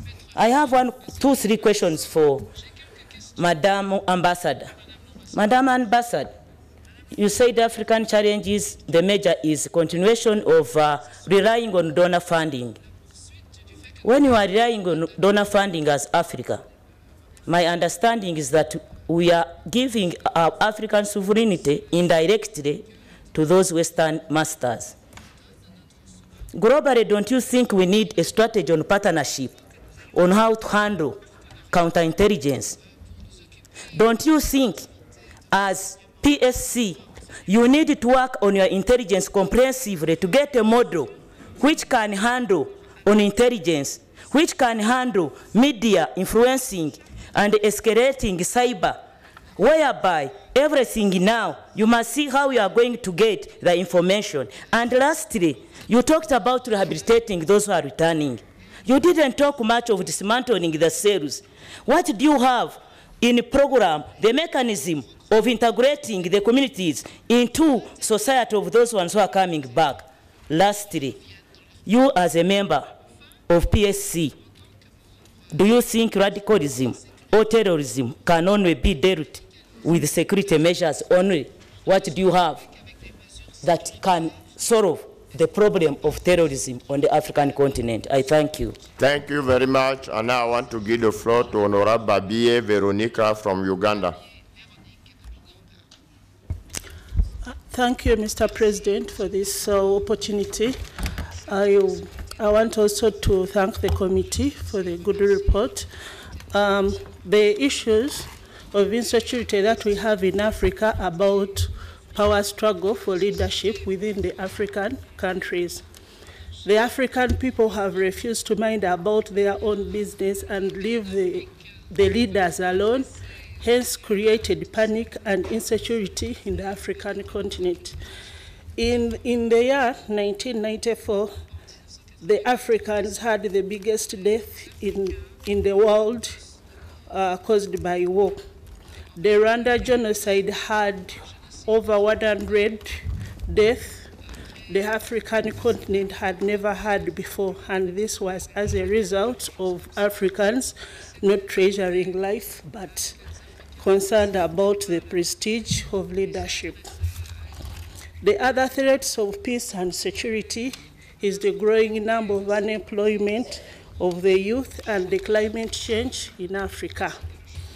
In regard to the South Sudan report, the refugee crisis in Southern Sudan, the conflicts of Southern Sudan have pushed the numbers of refugees. The numbers of refugees are 2.2 million people as migrants, and 1 million is living in Uganda, and 1.2 is all over the world. As Pan-African Parliament under AU, how can we help the South Sudan to settle back in their home, and also to help the other countries like in Uganda where they are burdening as refugees? Thank you. Thank you very much. And now I want to give the floor to Honorable El Hadji Diao Kante from Guinea.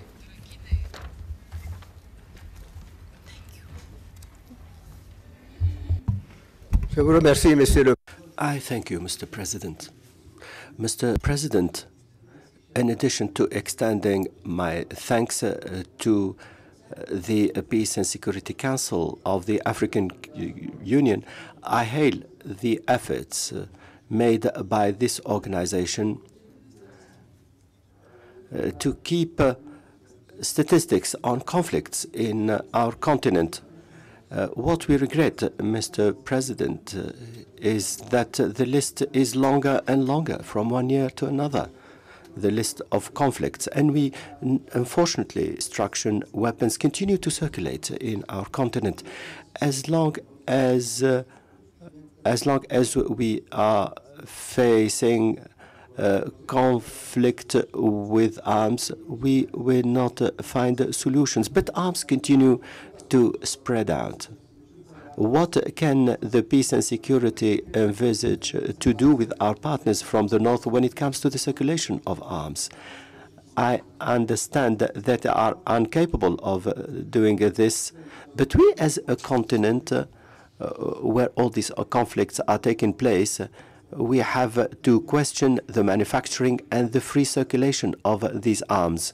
So this is the first concern. My second concern, Madam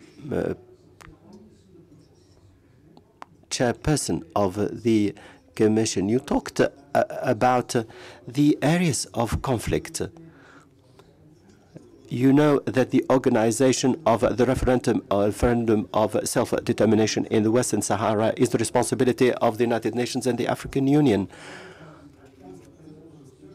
What is the situation, knowing that Morocco is back to the African Union?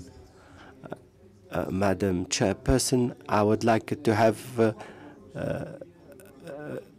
to see a better collaboration with the Pan-African Parliament to be able to keep statistics on the various areas of conflict to see what we can do.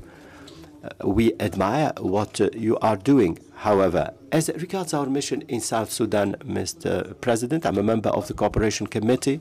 I simply wish to suggest to our Parliament to focus on the conclusions of the committee. We can reconsider them, and they can become the conclusions of our conference, and we can send them to the people who are concerned. But we need to establish a standing committee that will follow up this issue, and it can report to our sessions, so that we won't have to organize further visits. Thank you, Mr. President. Lidou Sanfo from Burkina Faso. Merci, Monsieur le Président. Je voudrais... Thank you, Chairperson.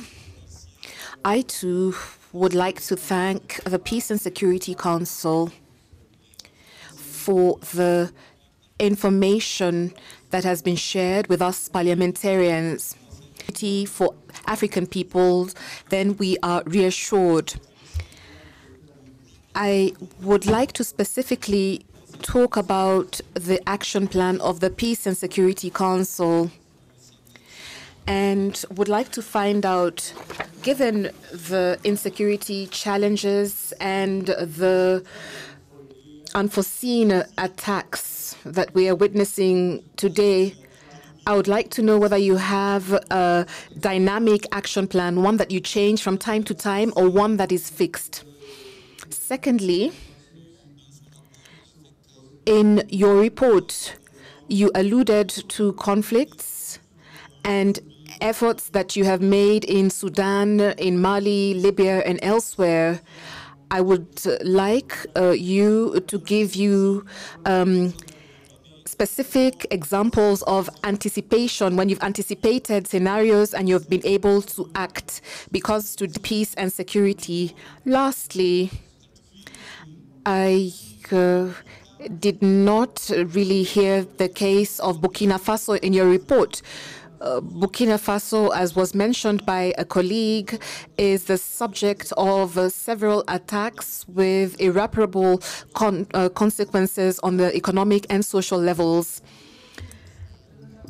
Ibrahim said.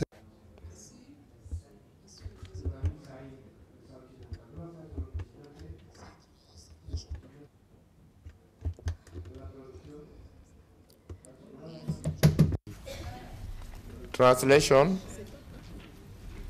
Okay. Yes, yes. Go ahead. Now. Thank you, there. Thank you for giving me the floor. I would like to thank the ambassador for this report.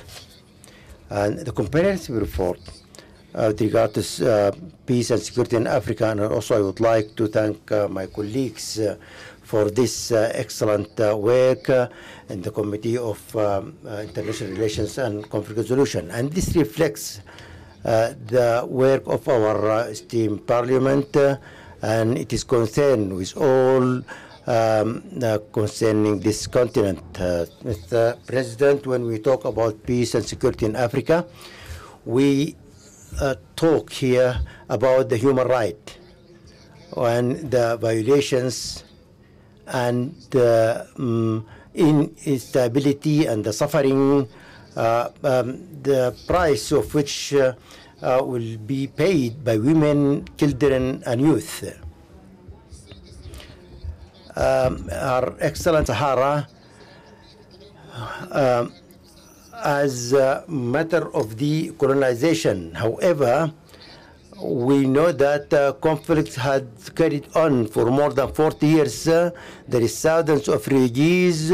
For 40 years, they have been in the refugee camp. They haven't returned to the country.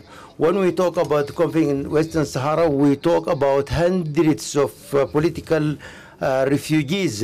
They are in the Moroccan cities, prisons, and the last of them, the group which had been tried for 20 years and have been destroyed by different with them. The issue of peace and security is the precondition for development, and this is precondition for stability. However, we have to take in consideration the suffering of women and children who pay the price for these conflicts. And now there is generations that are living in camps. They cannot return to their countries. And for the reason of the injustice of a country, it is a neighbor country, and it is member in the African Union. And so it is, there is a responsibility for the African Union, because both members of, both of them, they are members of the African Union. So we have to have Filiberto Alves from Cabo Verde.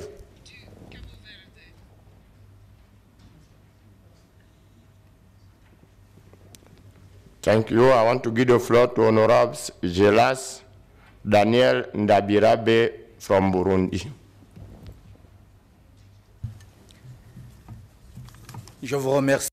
Thank you, Honorable President of the Pan-African Parliament, for giving me the floor.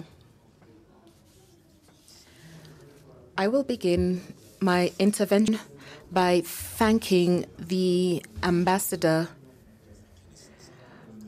for her presentation that I find extremely relevant. She has highlighted the concerns of the African Union Commission while inviting the Pan-African Parliament, its organ, to assist it and to do its best to ensure that solutions are found. I believe that the African Union could do better if indeed the African Union, and particularly the Peace and Security Council, could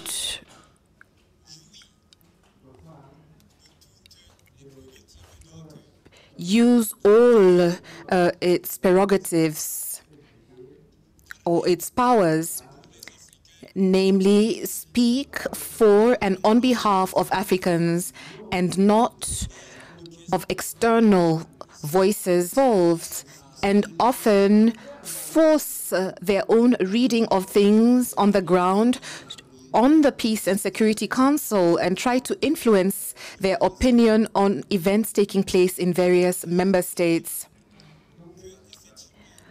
I'm therefore requesting that the African Union, and specifically the Peace and Security Council, to be the spokesperson for member states. And Africa, which is meant to be one or speak with one voice, should reflect that one voice in the Peace and Security Council.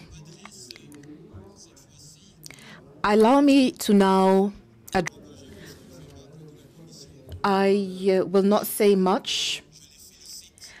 I will just congratulate the chairperson of the committee, who gave us extremely important information. We apologize. However, we deem that this report was a reconnaissance mission. We've learned a lot of things. However, it would be important to conduct yet another mission so that for us to be able to better help our brothers and sisters in South Sudan when your siblings in trouble. To Honorable Charles Majak Alier from South Sudan.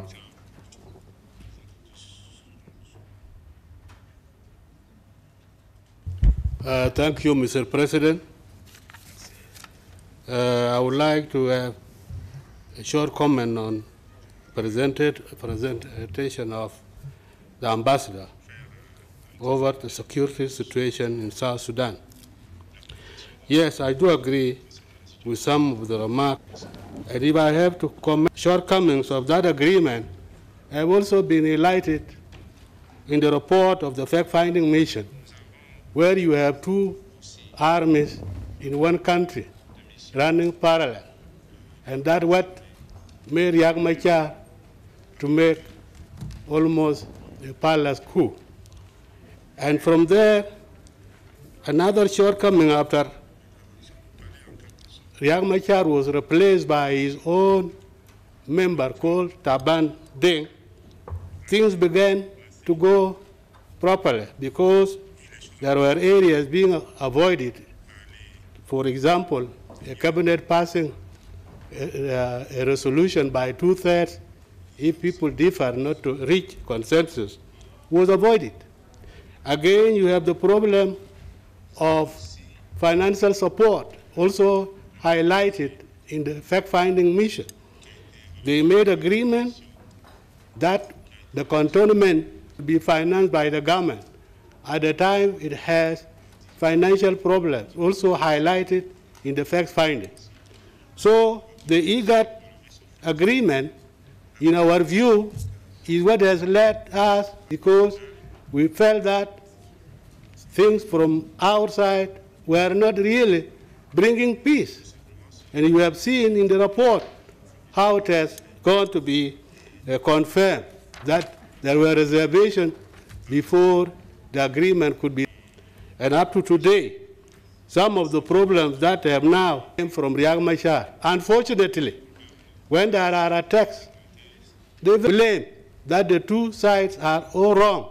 I have never seen that in any court of justice.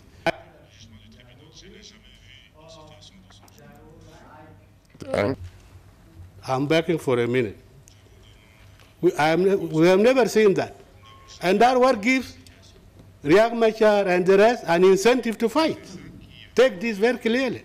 Because if they are the one to attack and the government makes the defense, which is the right of the government, then what are you doing? You are inciting that party to fight.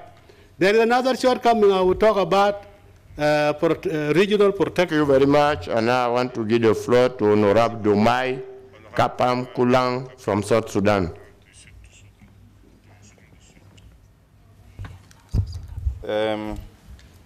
I'll give just some points after my colleague from the same country put the whole thing. The report was so comprehensive, and I thank those who took it. I want to allude to is in a UN mission camps in Juba, sent some point of you know, a bad image to our country after achieving that peace of 2015. Coming to revitalization should be realized.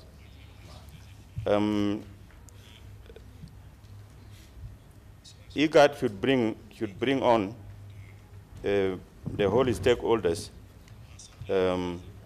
into the agreement. The financial support is AU must conduct, for that matter, a fundraising conference. Instead of us, you know, looking after a conference to support the peace implementation in South Sudan. Thank you. Thank you very much. And now I want to give the floor to Honorable Jantum Traoré from Guinea.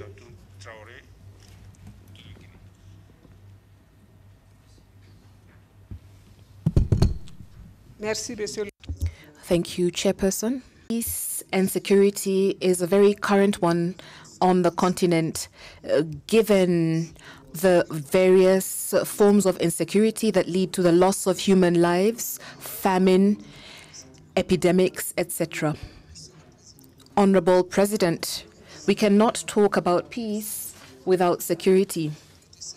Neither can we talk about security without peace. The two are intertwined. You will agree with me that peace does not mean the absence of war.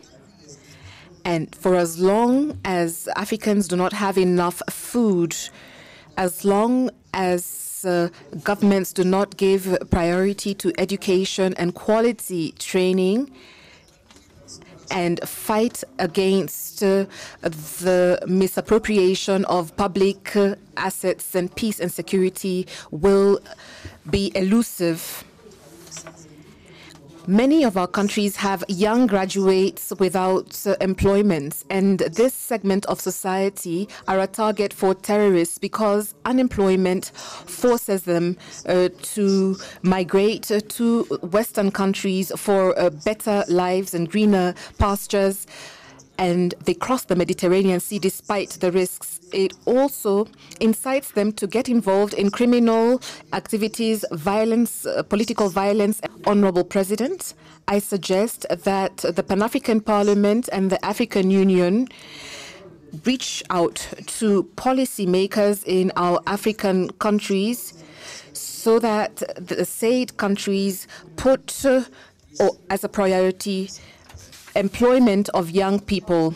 PAP and the African Union should encourage the establishment by member states of funds for youth employment funds, as is in the case in my country, Guinea. Honorable Traoré from Mali. Thank you, Honorable President. I would like to have been fighting against terrorism, been valiantly doing so. But then a tree cannot hide the forest. When you hear two bells sound, peace and security,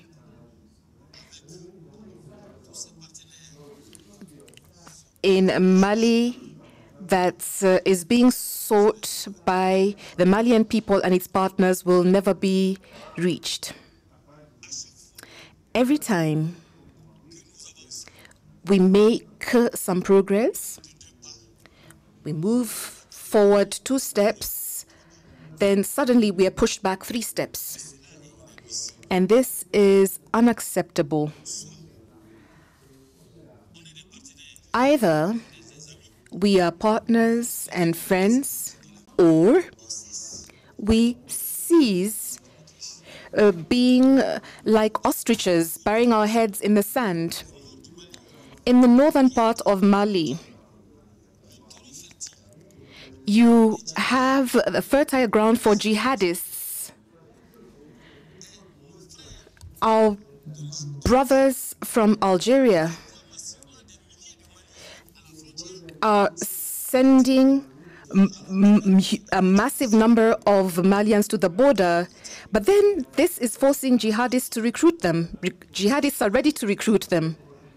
I'm a defender of the people, and given what Mali has done, I do not believe that we deserve this.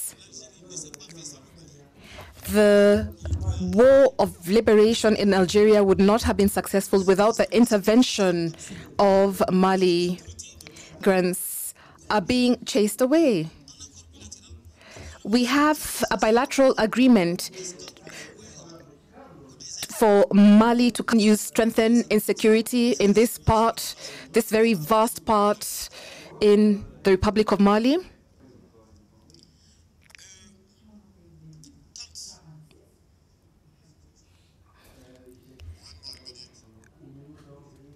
Regarding the situation between Western Sahara and Morocco, I believe that the return of Morocco to the African Union must bring a good perspective.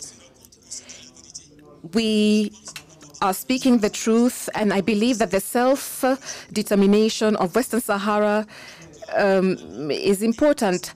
Mali, like many other countries, supports that Western Sahara has its independence.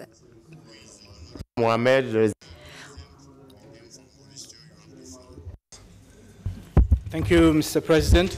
I listened very carefully to the presentation of Her Excellency from Ambassador of Kenya. And she said repeatedly that there's a need for greater collaboration between the two organs. And she even mentioned that we should sit down and finalize the date of a joint consultative meeting. And I agree, Mr. President, that there is a need to coordinate our effort. There is a need to have our strategies right. We cannot, at the level of PAP, do a fact-finding mission, come up with recommendations, and then at the level of the African Union, the Peace and Security Council is recommending another course of action. We need greater coordination. But we also need funding. We need funding because the Commission, the Committee of Cooperation, International Relations and Conflict Resolution is only one of many commissions within the Pan-African Parliament.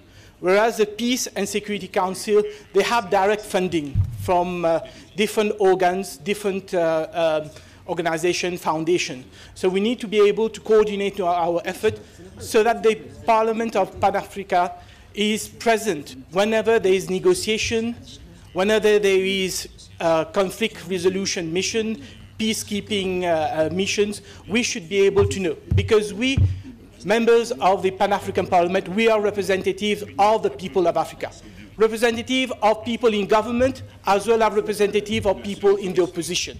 We are in a better position to talk to our brother MPs from disputed countries where there are conflicts. And as the Honourable Excellency for Kenya acknowledged, we have been able, through lobbying, to lift the sanction in Sudan. That is the power of the Pan-African Parliament. That is the power of MPs. So I will urge Her Excellency in Kenya, when she goes back to the Peace and Security Council, to bring the message that we, the Pan-African Parliament, we want to be more involved in all the dispute resolution initiative taken by the Peace and Security Council. Thank you. Thank you very much. And I want to give the floor to the neighbor, Honorable Zalekatou Diallo from Guinea. Merci, Monsieur. Thank you, Chairperson. We all agree that peace and security are a prerequisite for sustainable socio-economic development. For this to be feasible, our great inspiration is the Aspiration 4 of Agenda 2063, an African living in peace and security. Furthermore, there is a medium-term objective that has been set. That is to silence arms throughout the African continent by 2020. I agree with Honorable Salum Cissé of Guinea, Honorable from Burkina Faso, and other speakers that have talked about prevention. There is nothing better than prevention. In this regard, the Peace and Security Council needs to implement all strategies that will be able to put out conflict in its embryonic phases. It is important to also include strategies that will work. Your report was exhaustive. However, there are two situations that are of concern to me that I did not hear about, and I'm referring to the Kenyan crisis as well as the Togolese crisis. In Kenya, in my humble opinion, there are three aspects that we need to take into account and are extremely serious. Firstly, we need to be vigilant so that we do not have a social crisis through the post-electoral violence. And we need to avoid any form of violence, as was the case in 2007 and 2008 following the elections. The second aspect is the Supreme Court's decision on the 1st of September 2017 to annul the elections for reasons that we know. And the third aspect is the credibility of observer missions, including those of the African Union. And the Pan-African Parliament also takes part in these observer missions. I cannot give a clean record or Thank you, Honorable President, for giving me another minute, since there are many members of Parliament who are not in the room, so it's a bonus for us. We can use their time. So the third aspect I was saying that is we should not lose sight of the credibility of election mission observers in which the Pan-African Parliament is actively involved. I do not want to give a clean bill of health to our mission, but given the doubts that were raised about the reports, it is important that we understand that to conduct an election, there are several sequences in a chronogram.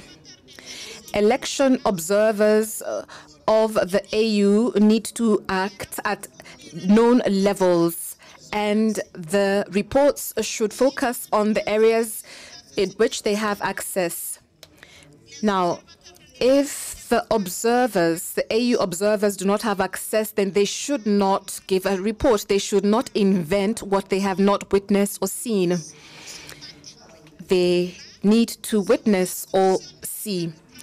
So state institutions need to play their role, as was the case of the Supreme Court. We need to have the separation of powers. Now, I'll move on to the situation in Togo. Honorable President, the African Union and the Pan-African Parliament needs to act because the social crisis is becoming a threat. It is important that an information is conducted by the Cooperation, International Relations and Conflict Resolution Committee, so that the PAP and the African Union come up with a better strategy to ensure that the situation does not generate it.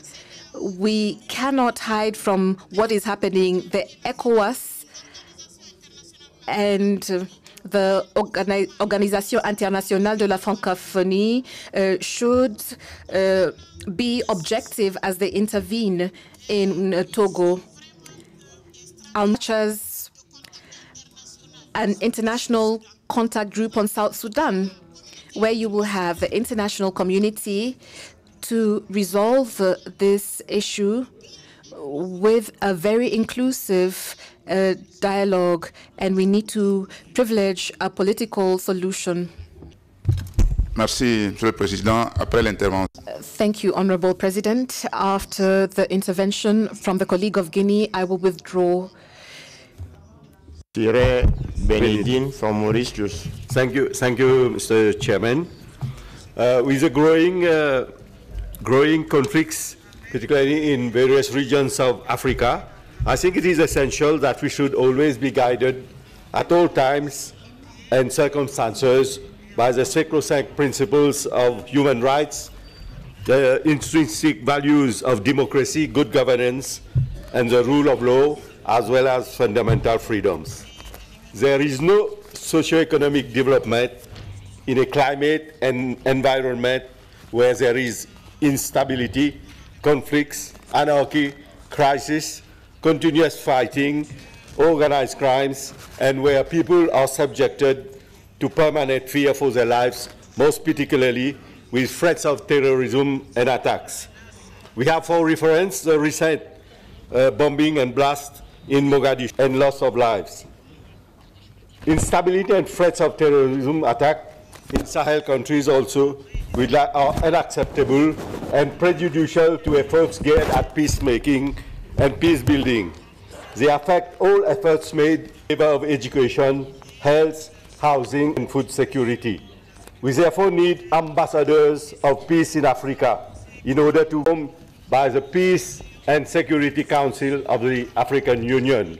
And we also welcome the recommendations of the PAP mission effected in South Sudan from 11th to 15th September of this year, namely that concerning the recommendation made concerning the national dialogue process and particularly technical and financial support from international organizations like the UN and the African Union.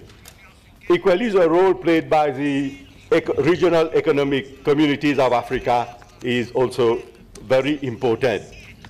I don't understand why, in this modern age, political dialogue is not having any result.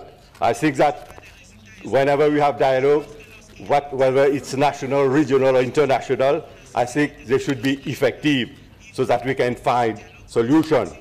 Because it is a fact that it is easier to lose peace than to win a war. I think that our countries should understand.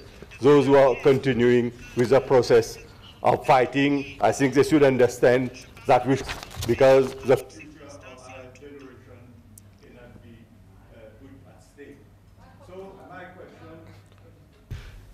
my question, I think it is a new architecture for permanent peace and anti-terrorism possible with the help of our international organizations like the UN, AU, and even our parliament.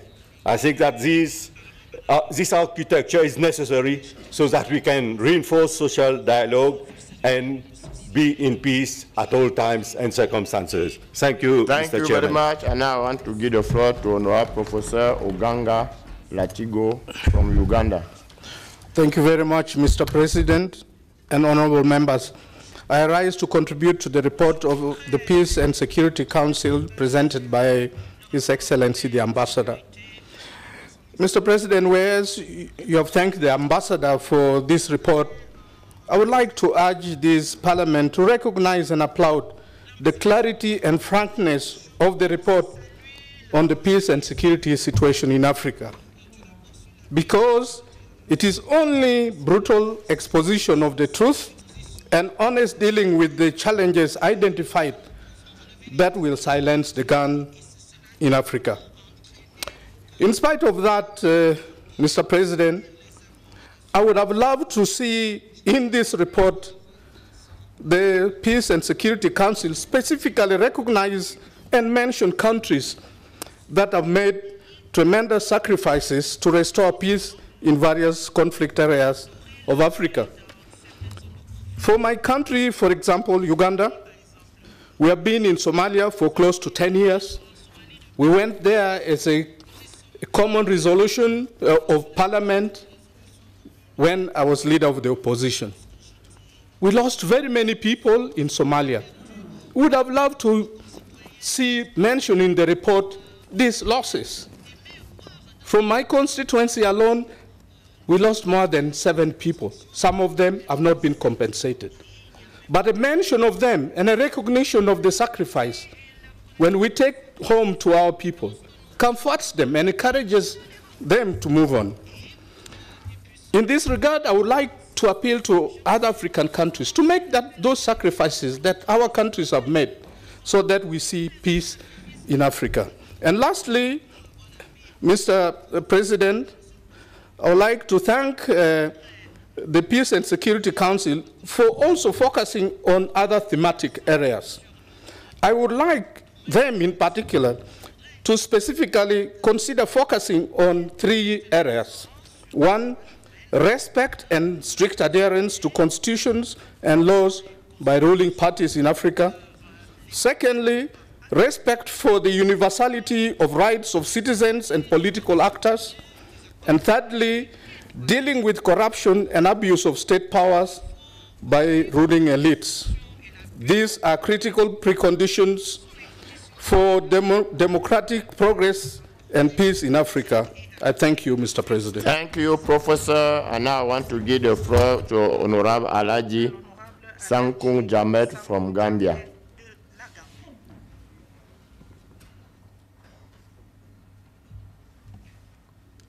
Honorable Sidia S. Jata from Gambia. Thank you very much, Mr. President. I think I'll have a long time because I'm the last person. The subject matter is... No, remember, I still have 32. 32 members who want to take the floor. Okay, and I'm just joking. The subject matter is vast.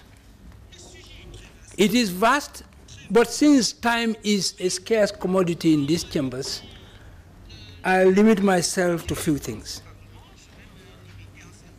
Mr. President, I think Africa's #1 problem is the fact that we have still not succeeded, to which we are all committed. Instead of a nation to which we are committed, we are all parochially committed to parochial and sectarian issues, such as ethnic group, religious group, and so on.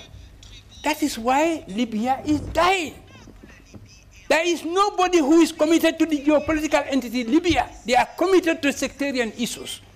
So the nation without which they... But the founding fathers of the OAU, which has now metamorphosed into AU, have seen all this. And they have suggested solutions, concrete solutions to all these crises that we are witnessing on the continent. And that is why, Mr. President, there will never be a conflict-free Africa without the fulfillment of certain fundamental facts. There must be a nation to which we are committed, and Africa must primarily rely on itself for its security. And that is why the founding fathers suggested the creation of a continental high command. That is what they attempted to create when Congo was in crisis. But the mistake, the fundamental mistake, was that African soldiers in Congo were put under UN command. And Patrice Lumumba was African soldiers because they were under a totally different command. This is what must stop. I say the subject is vast, but there are other things which are causing insecurity in Africa. The refusal of presidents to recognize the fact that they have a term to serve. After that, they should not tamper with our constitution to extend their mandate. It was made by the National Assembly in the Gambia to extend the life of the presidency because he was involved in foolish court cases against the elections. So parliaments themselves are also involved in creating crises in Africa. And that is why we say for them to be followed practically. We must ensure that what is decided is put into practice. That's the only way we can put crises to an end in this country. Now I want to give the floor to Honorable Safia Elmi de Djibouti, from Djibouti. Merci, Monsieur le Président. Thank you, Honorable President. A pain that I am taking the floor to speak on this session dedicated to peace and security. Honorable President, dear colleagues, members of the Pan-African Parliament, on my own behalf and on behalf of all the members of the Pan-African Parliament, I would like to make a call to condemn, strongly denounce the monster network against innocent brothers and sisters in Somalia, where more than 250 people lost their lives. Honorable President, allow me to make a proposal so that the Pan-African Parliament can convey a written message of solidarity and condolences to condemn with firmness the lack of humanity displayed by the perpetrators of this untold act. Then I want to turn to Her Excellency, the Ambassador. I would like to request, I would like to ask, since this morning we have listened that prevention is the precondition for peace and security on the continent. So the question I have, Your Excellency, is to know, what does the African Union plan to do to prevent this situation from Kenya going out of hand, where one of the candidates withdrew from the presidential elections? We know what is going on. We are listening and following through the media, and we would like to understand what the African Union intends to do to prevent this situation from deteriorating. Thank you very much. Thank you very much, dear colleague. Let me reassure you that the condolences is underway. We've already written to the Somalian authorities on your behalf, so the letter is already on its way. Dear colleagues, I don't know, we still have a list of 32 people. That's a second list, but some of the names are the same as in the first list. So are you speaking on the same issue? Let me quickly read the names. Maybe it's easier. Honorable Rumba Warkia from Burkina Faso. No. C'est la même chose, non? It's the same list. Thank you very much. So I can set that list aside. And then we have a last list of 19 people, 19 speakers. But it's the same names. Let me give the floor to those who have not yet taken the floor. That is a list for the afternoon, says the Honorable. No, says the President, I would like to give the floor to those who have not yet spoken, so that Her Excellency Ambassador can return to Addis Ababa today. We would like her to give her the opportunity to respond to your questions. And then in the afternoon, we can address the other item. I see in the list many names are the same as in the other list. What do you decide? Amen. Yes? If we talk in the afternoon, speak in the afternoon, we'll miss Her Excellency. We want to respond to some areas in the report. Bon. Donc, on continue. So we will continue with the list, and I give the floor to Honorable Charles Majak Allier. The Honorable already took the floor. Thank you very much. And now I want to give the floor to Abdulaziz Abdullahi Mohamed from Somalia. Thank you, Mr. President, for giving me the floor. I would like to start the condemning of the recent attacks by extremists in Somalia, Mogadishu, the capital city of Somalia, the day before yesterday, where we lost over 300 people, innocent civilians, and many others injured. Mr. President, I would also like to thank the Turkish government for their support and solidarity to the Somali people. Turkish, they came to pick or to take the injured civilians to Europe for medical treatment. So I would like to mention that as well. Mr. President, African people are suffering and dying every day due to increase in security in the continent. And we are discussing here today insecurity in our continent. And what is at stake is the lives of the African people. Mr. President, the last AU summit, I was there. And the combined African Union budget, both from the member states and the donors, were about $750 million US. And 250 million of that goes to Somalia for AMISOM military operations. Mr. President, Somalia has become a project. Nothing is improving. The security situation is not improving. And we are spending, the African Union and the international community are spending a lot of money, 250 million a year. It's very clear that Somalia has become a project. Madam Ambassador, we have to rethink, we have to re-strategize when it comes to the Somali situation. Mr. President, I will never agree with the statement by the ambassador when she said that Somali forces doesn't have the capacity to take over from AMISOM forces. Look, Somalia is on UN arms embargo. When you are on embargo, arms embargo, how can you combine with terrorism? Yes, let us talk about the truth. Somalia, in Somalia, we need to train and build Somali forces so we can combat against terrorism. And these forces from the other parts of the continent cannot solve the Somali problem. It's only Somali forces that can combat against terrorism. Please, let us tell the truth. Mr. President, I'm coming from a concerned country. Thank you very much. Thank you for giving me the floor. Thank you very much. And I want to give the floor to Honorable Sid Ahmed Mougeya from Mauritania. Merci, Monsieur le Président. Thank you, Honorable President. Terrorism and the conflict in the Sahara represent a threat to peace in the Sahel and North Africa in general.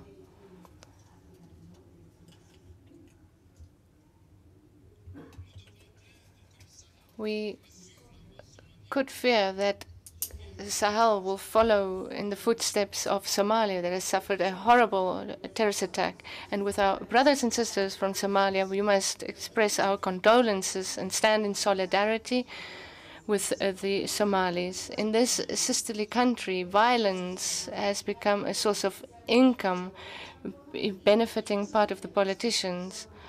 The acts and assistance refugees has also become a source of income. We need to see the Sahel as it is and not the Sahel that we want it to be. We cannot remain inactive in the face of endemic corruption, social exclusion, tribalism, various kinds of trafficking.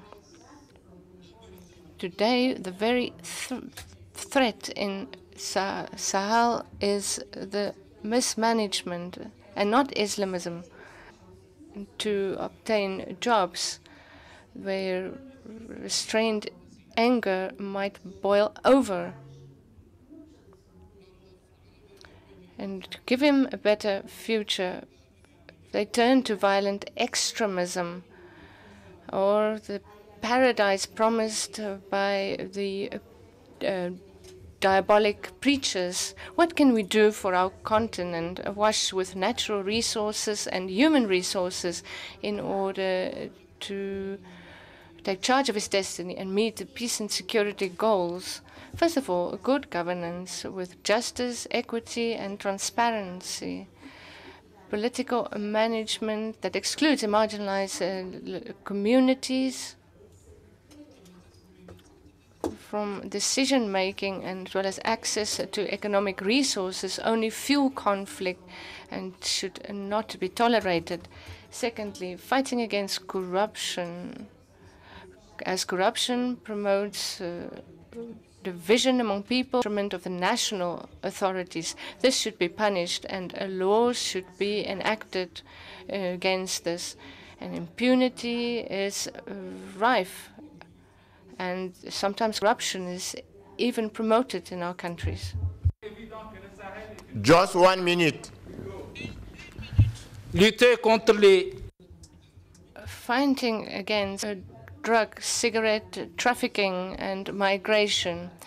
We know that the Sahel is a transition area for drugs. Niger, Mauritania, Mali are on the route of the drug trade.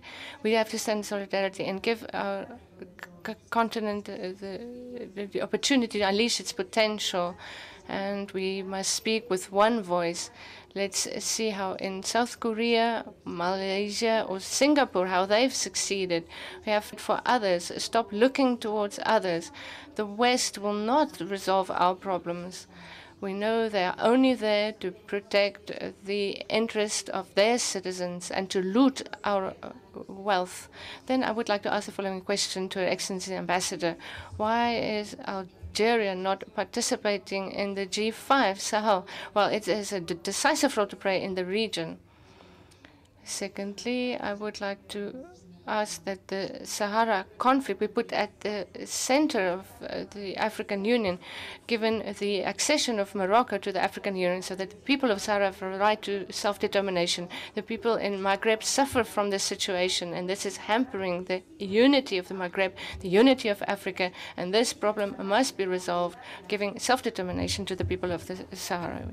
Thank you very much. I give the floor to Honorable Socio-Economic from Togo. Monsieur le Président, je passe. Mr. President, I pass. The floor to Honorable Monji Raoui from Tunisia.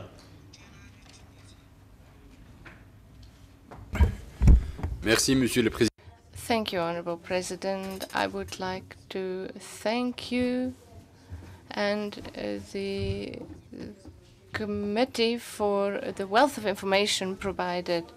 Let me thank Her Excellency, the Ambassador, for her presentation on peace and security. It is clear that when we talk about peace and security, we talk about the most basic needs of humankind. And for this reason, we say that without peace and security, there can be no development, no investment, and no opportunity to resolve the social problems of Africa. And I consider that wars and conflict and terrorism are only tearing Africa apart. They only prevent Africa from having an economic and social plan for its children. And therefore, before we accuse one another, we should accuse those who provide weapons. They are benefiting. They are plundering all the resources from Africa. They are providing weapons to terrorists. They are fueling conflict among tribal groups. They try to divide the countries, and to do so, to address this, we must speak loud and clear and tell the West that you are the evil, you are the cause of our scourges, and this is what we stand to do. Because that is at the origin of evil in Africa. We all know that Africa is 1,000 times richer than any other continent. And for this reason, the West is here to fuel conflicts so that they can easily exploit our content and take charge of our resources. Motsamai from Lesotho. Thank you very much, Honorable Chair, for giving me the floor. I would like to commend the Pan-African Parliament for remaining true to its mandate and for being steadfast in its pursuit for the promotion of peace, security, and stability on the African continent. Above all, I wish to thank most sincerely the Chairperson and members of the Committee on Cooperation, International Relations, and Conflict Resolution for availing themselves for this onerous but noble task, and most importantly, for their comprehensive and insightful report, despite the numerous hurdles and impediments encountered on the ground. Honorable Chair, this is a painful story of a hard-earned victory whose sweetness did not last.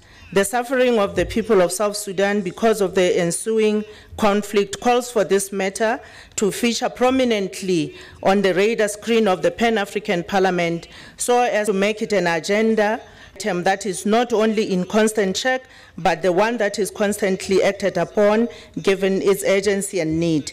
I wish to align myself with the sentiments expressed in the report that the voices of the representatives of the African peoples form the most important component of the dialogue with the people of South Sudan. Honorable Chair, it pains us to note the plight of our brothers and sisters in South Sudan as articulated in the report because of a dysfunctional economy, despite their richly endowed land with natural resources, especially oil, because of the long-time wrangling for power by their leaders. We implore all who assist with this matter to redouble their efforts and put in place requisite measures that will speedily bring relief to the people of South Sudan. And as such, resource mobilization is at the core of all that is required, and the critical role of the World Bank and the IMF at this juncture cannot be overemphasized. Honorable Chair, it is my considered view that this committee should strive to be proactive in its endeavors so as to fully engage at conflict prevention stage rather than moving in at the later stage when a lot of damage has been done and a lot of lives lost. Even just one life lost is one too many, Honorable Chair. I thank you. Thank you. Thank you, Honorable Member. And I want to give the floor to Honorable Stephen Julius Mazele from Tanzania.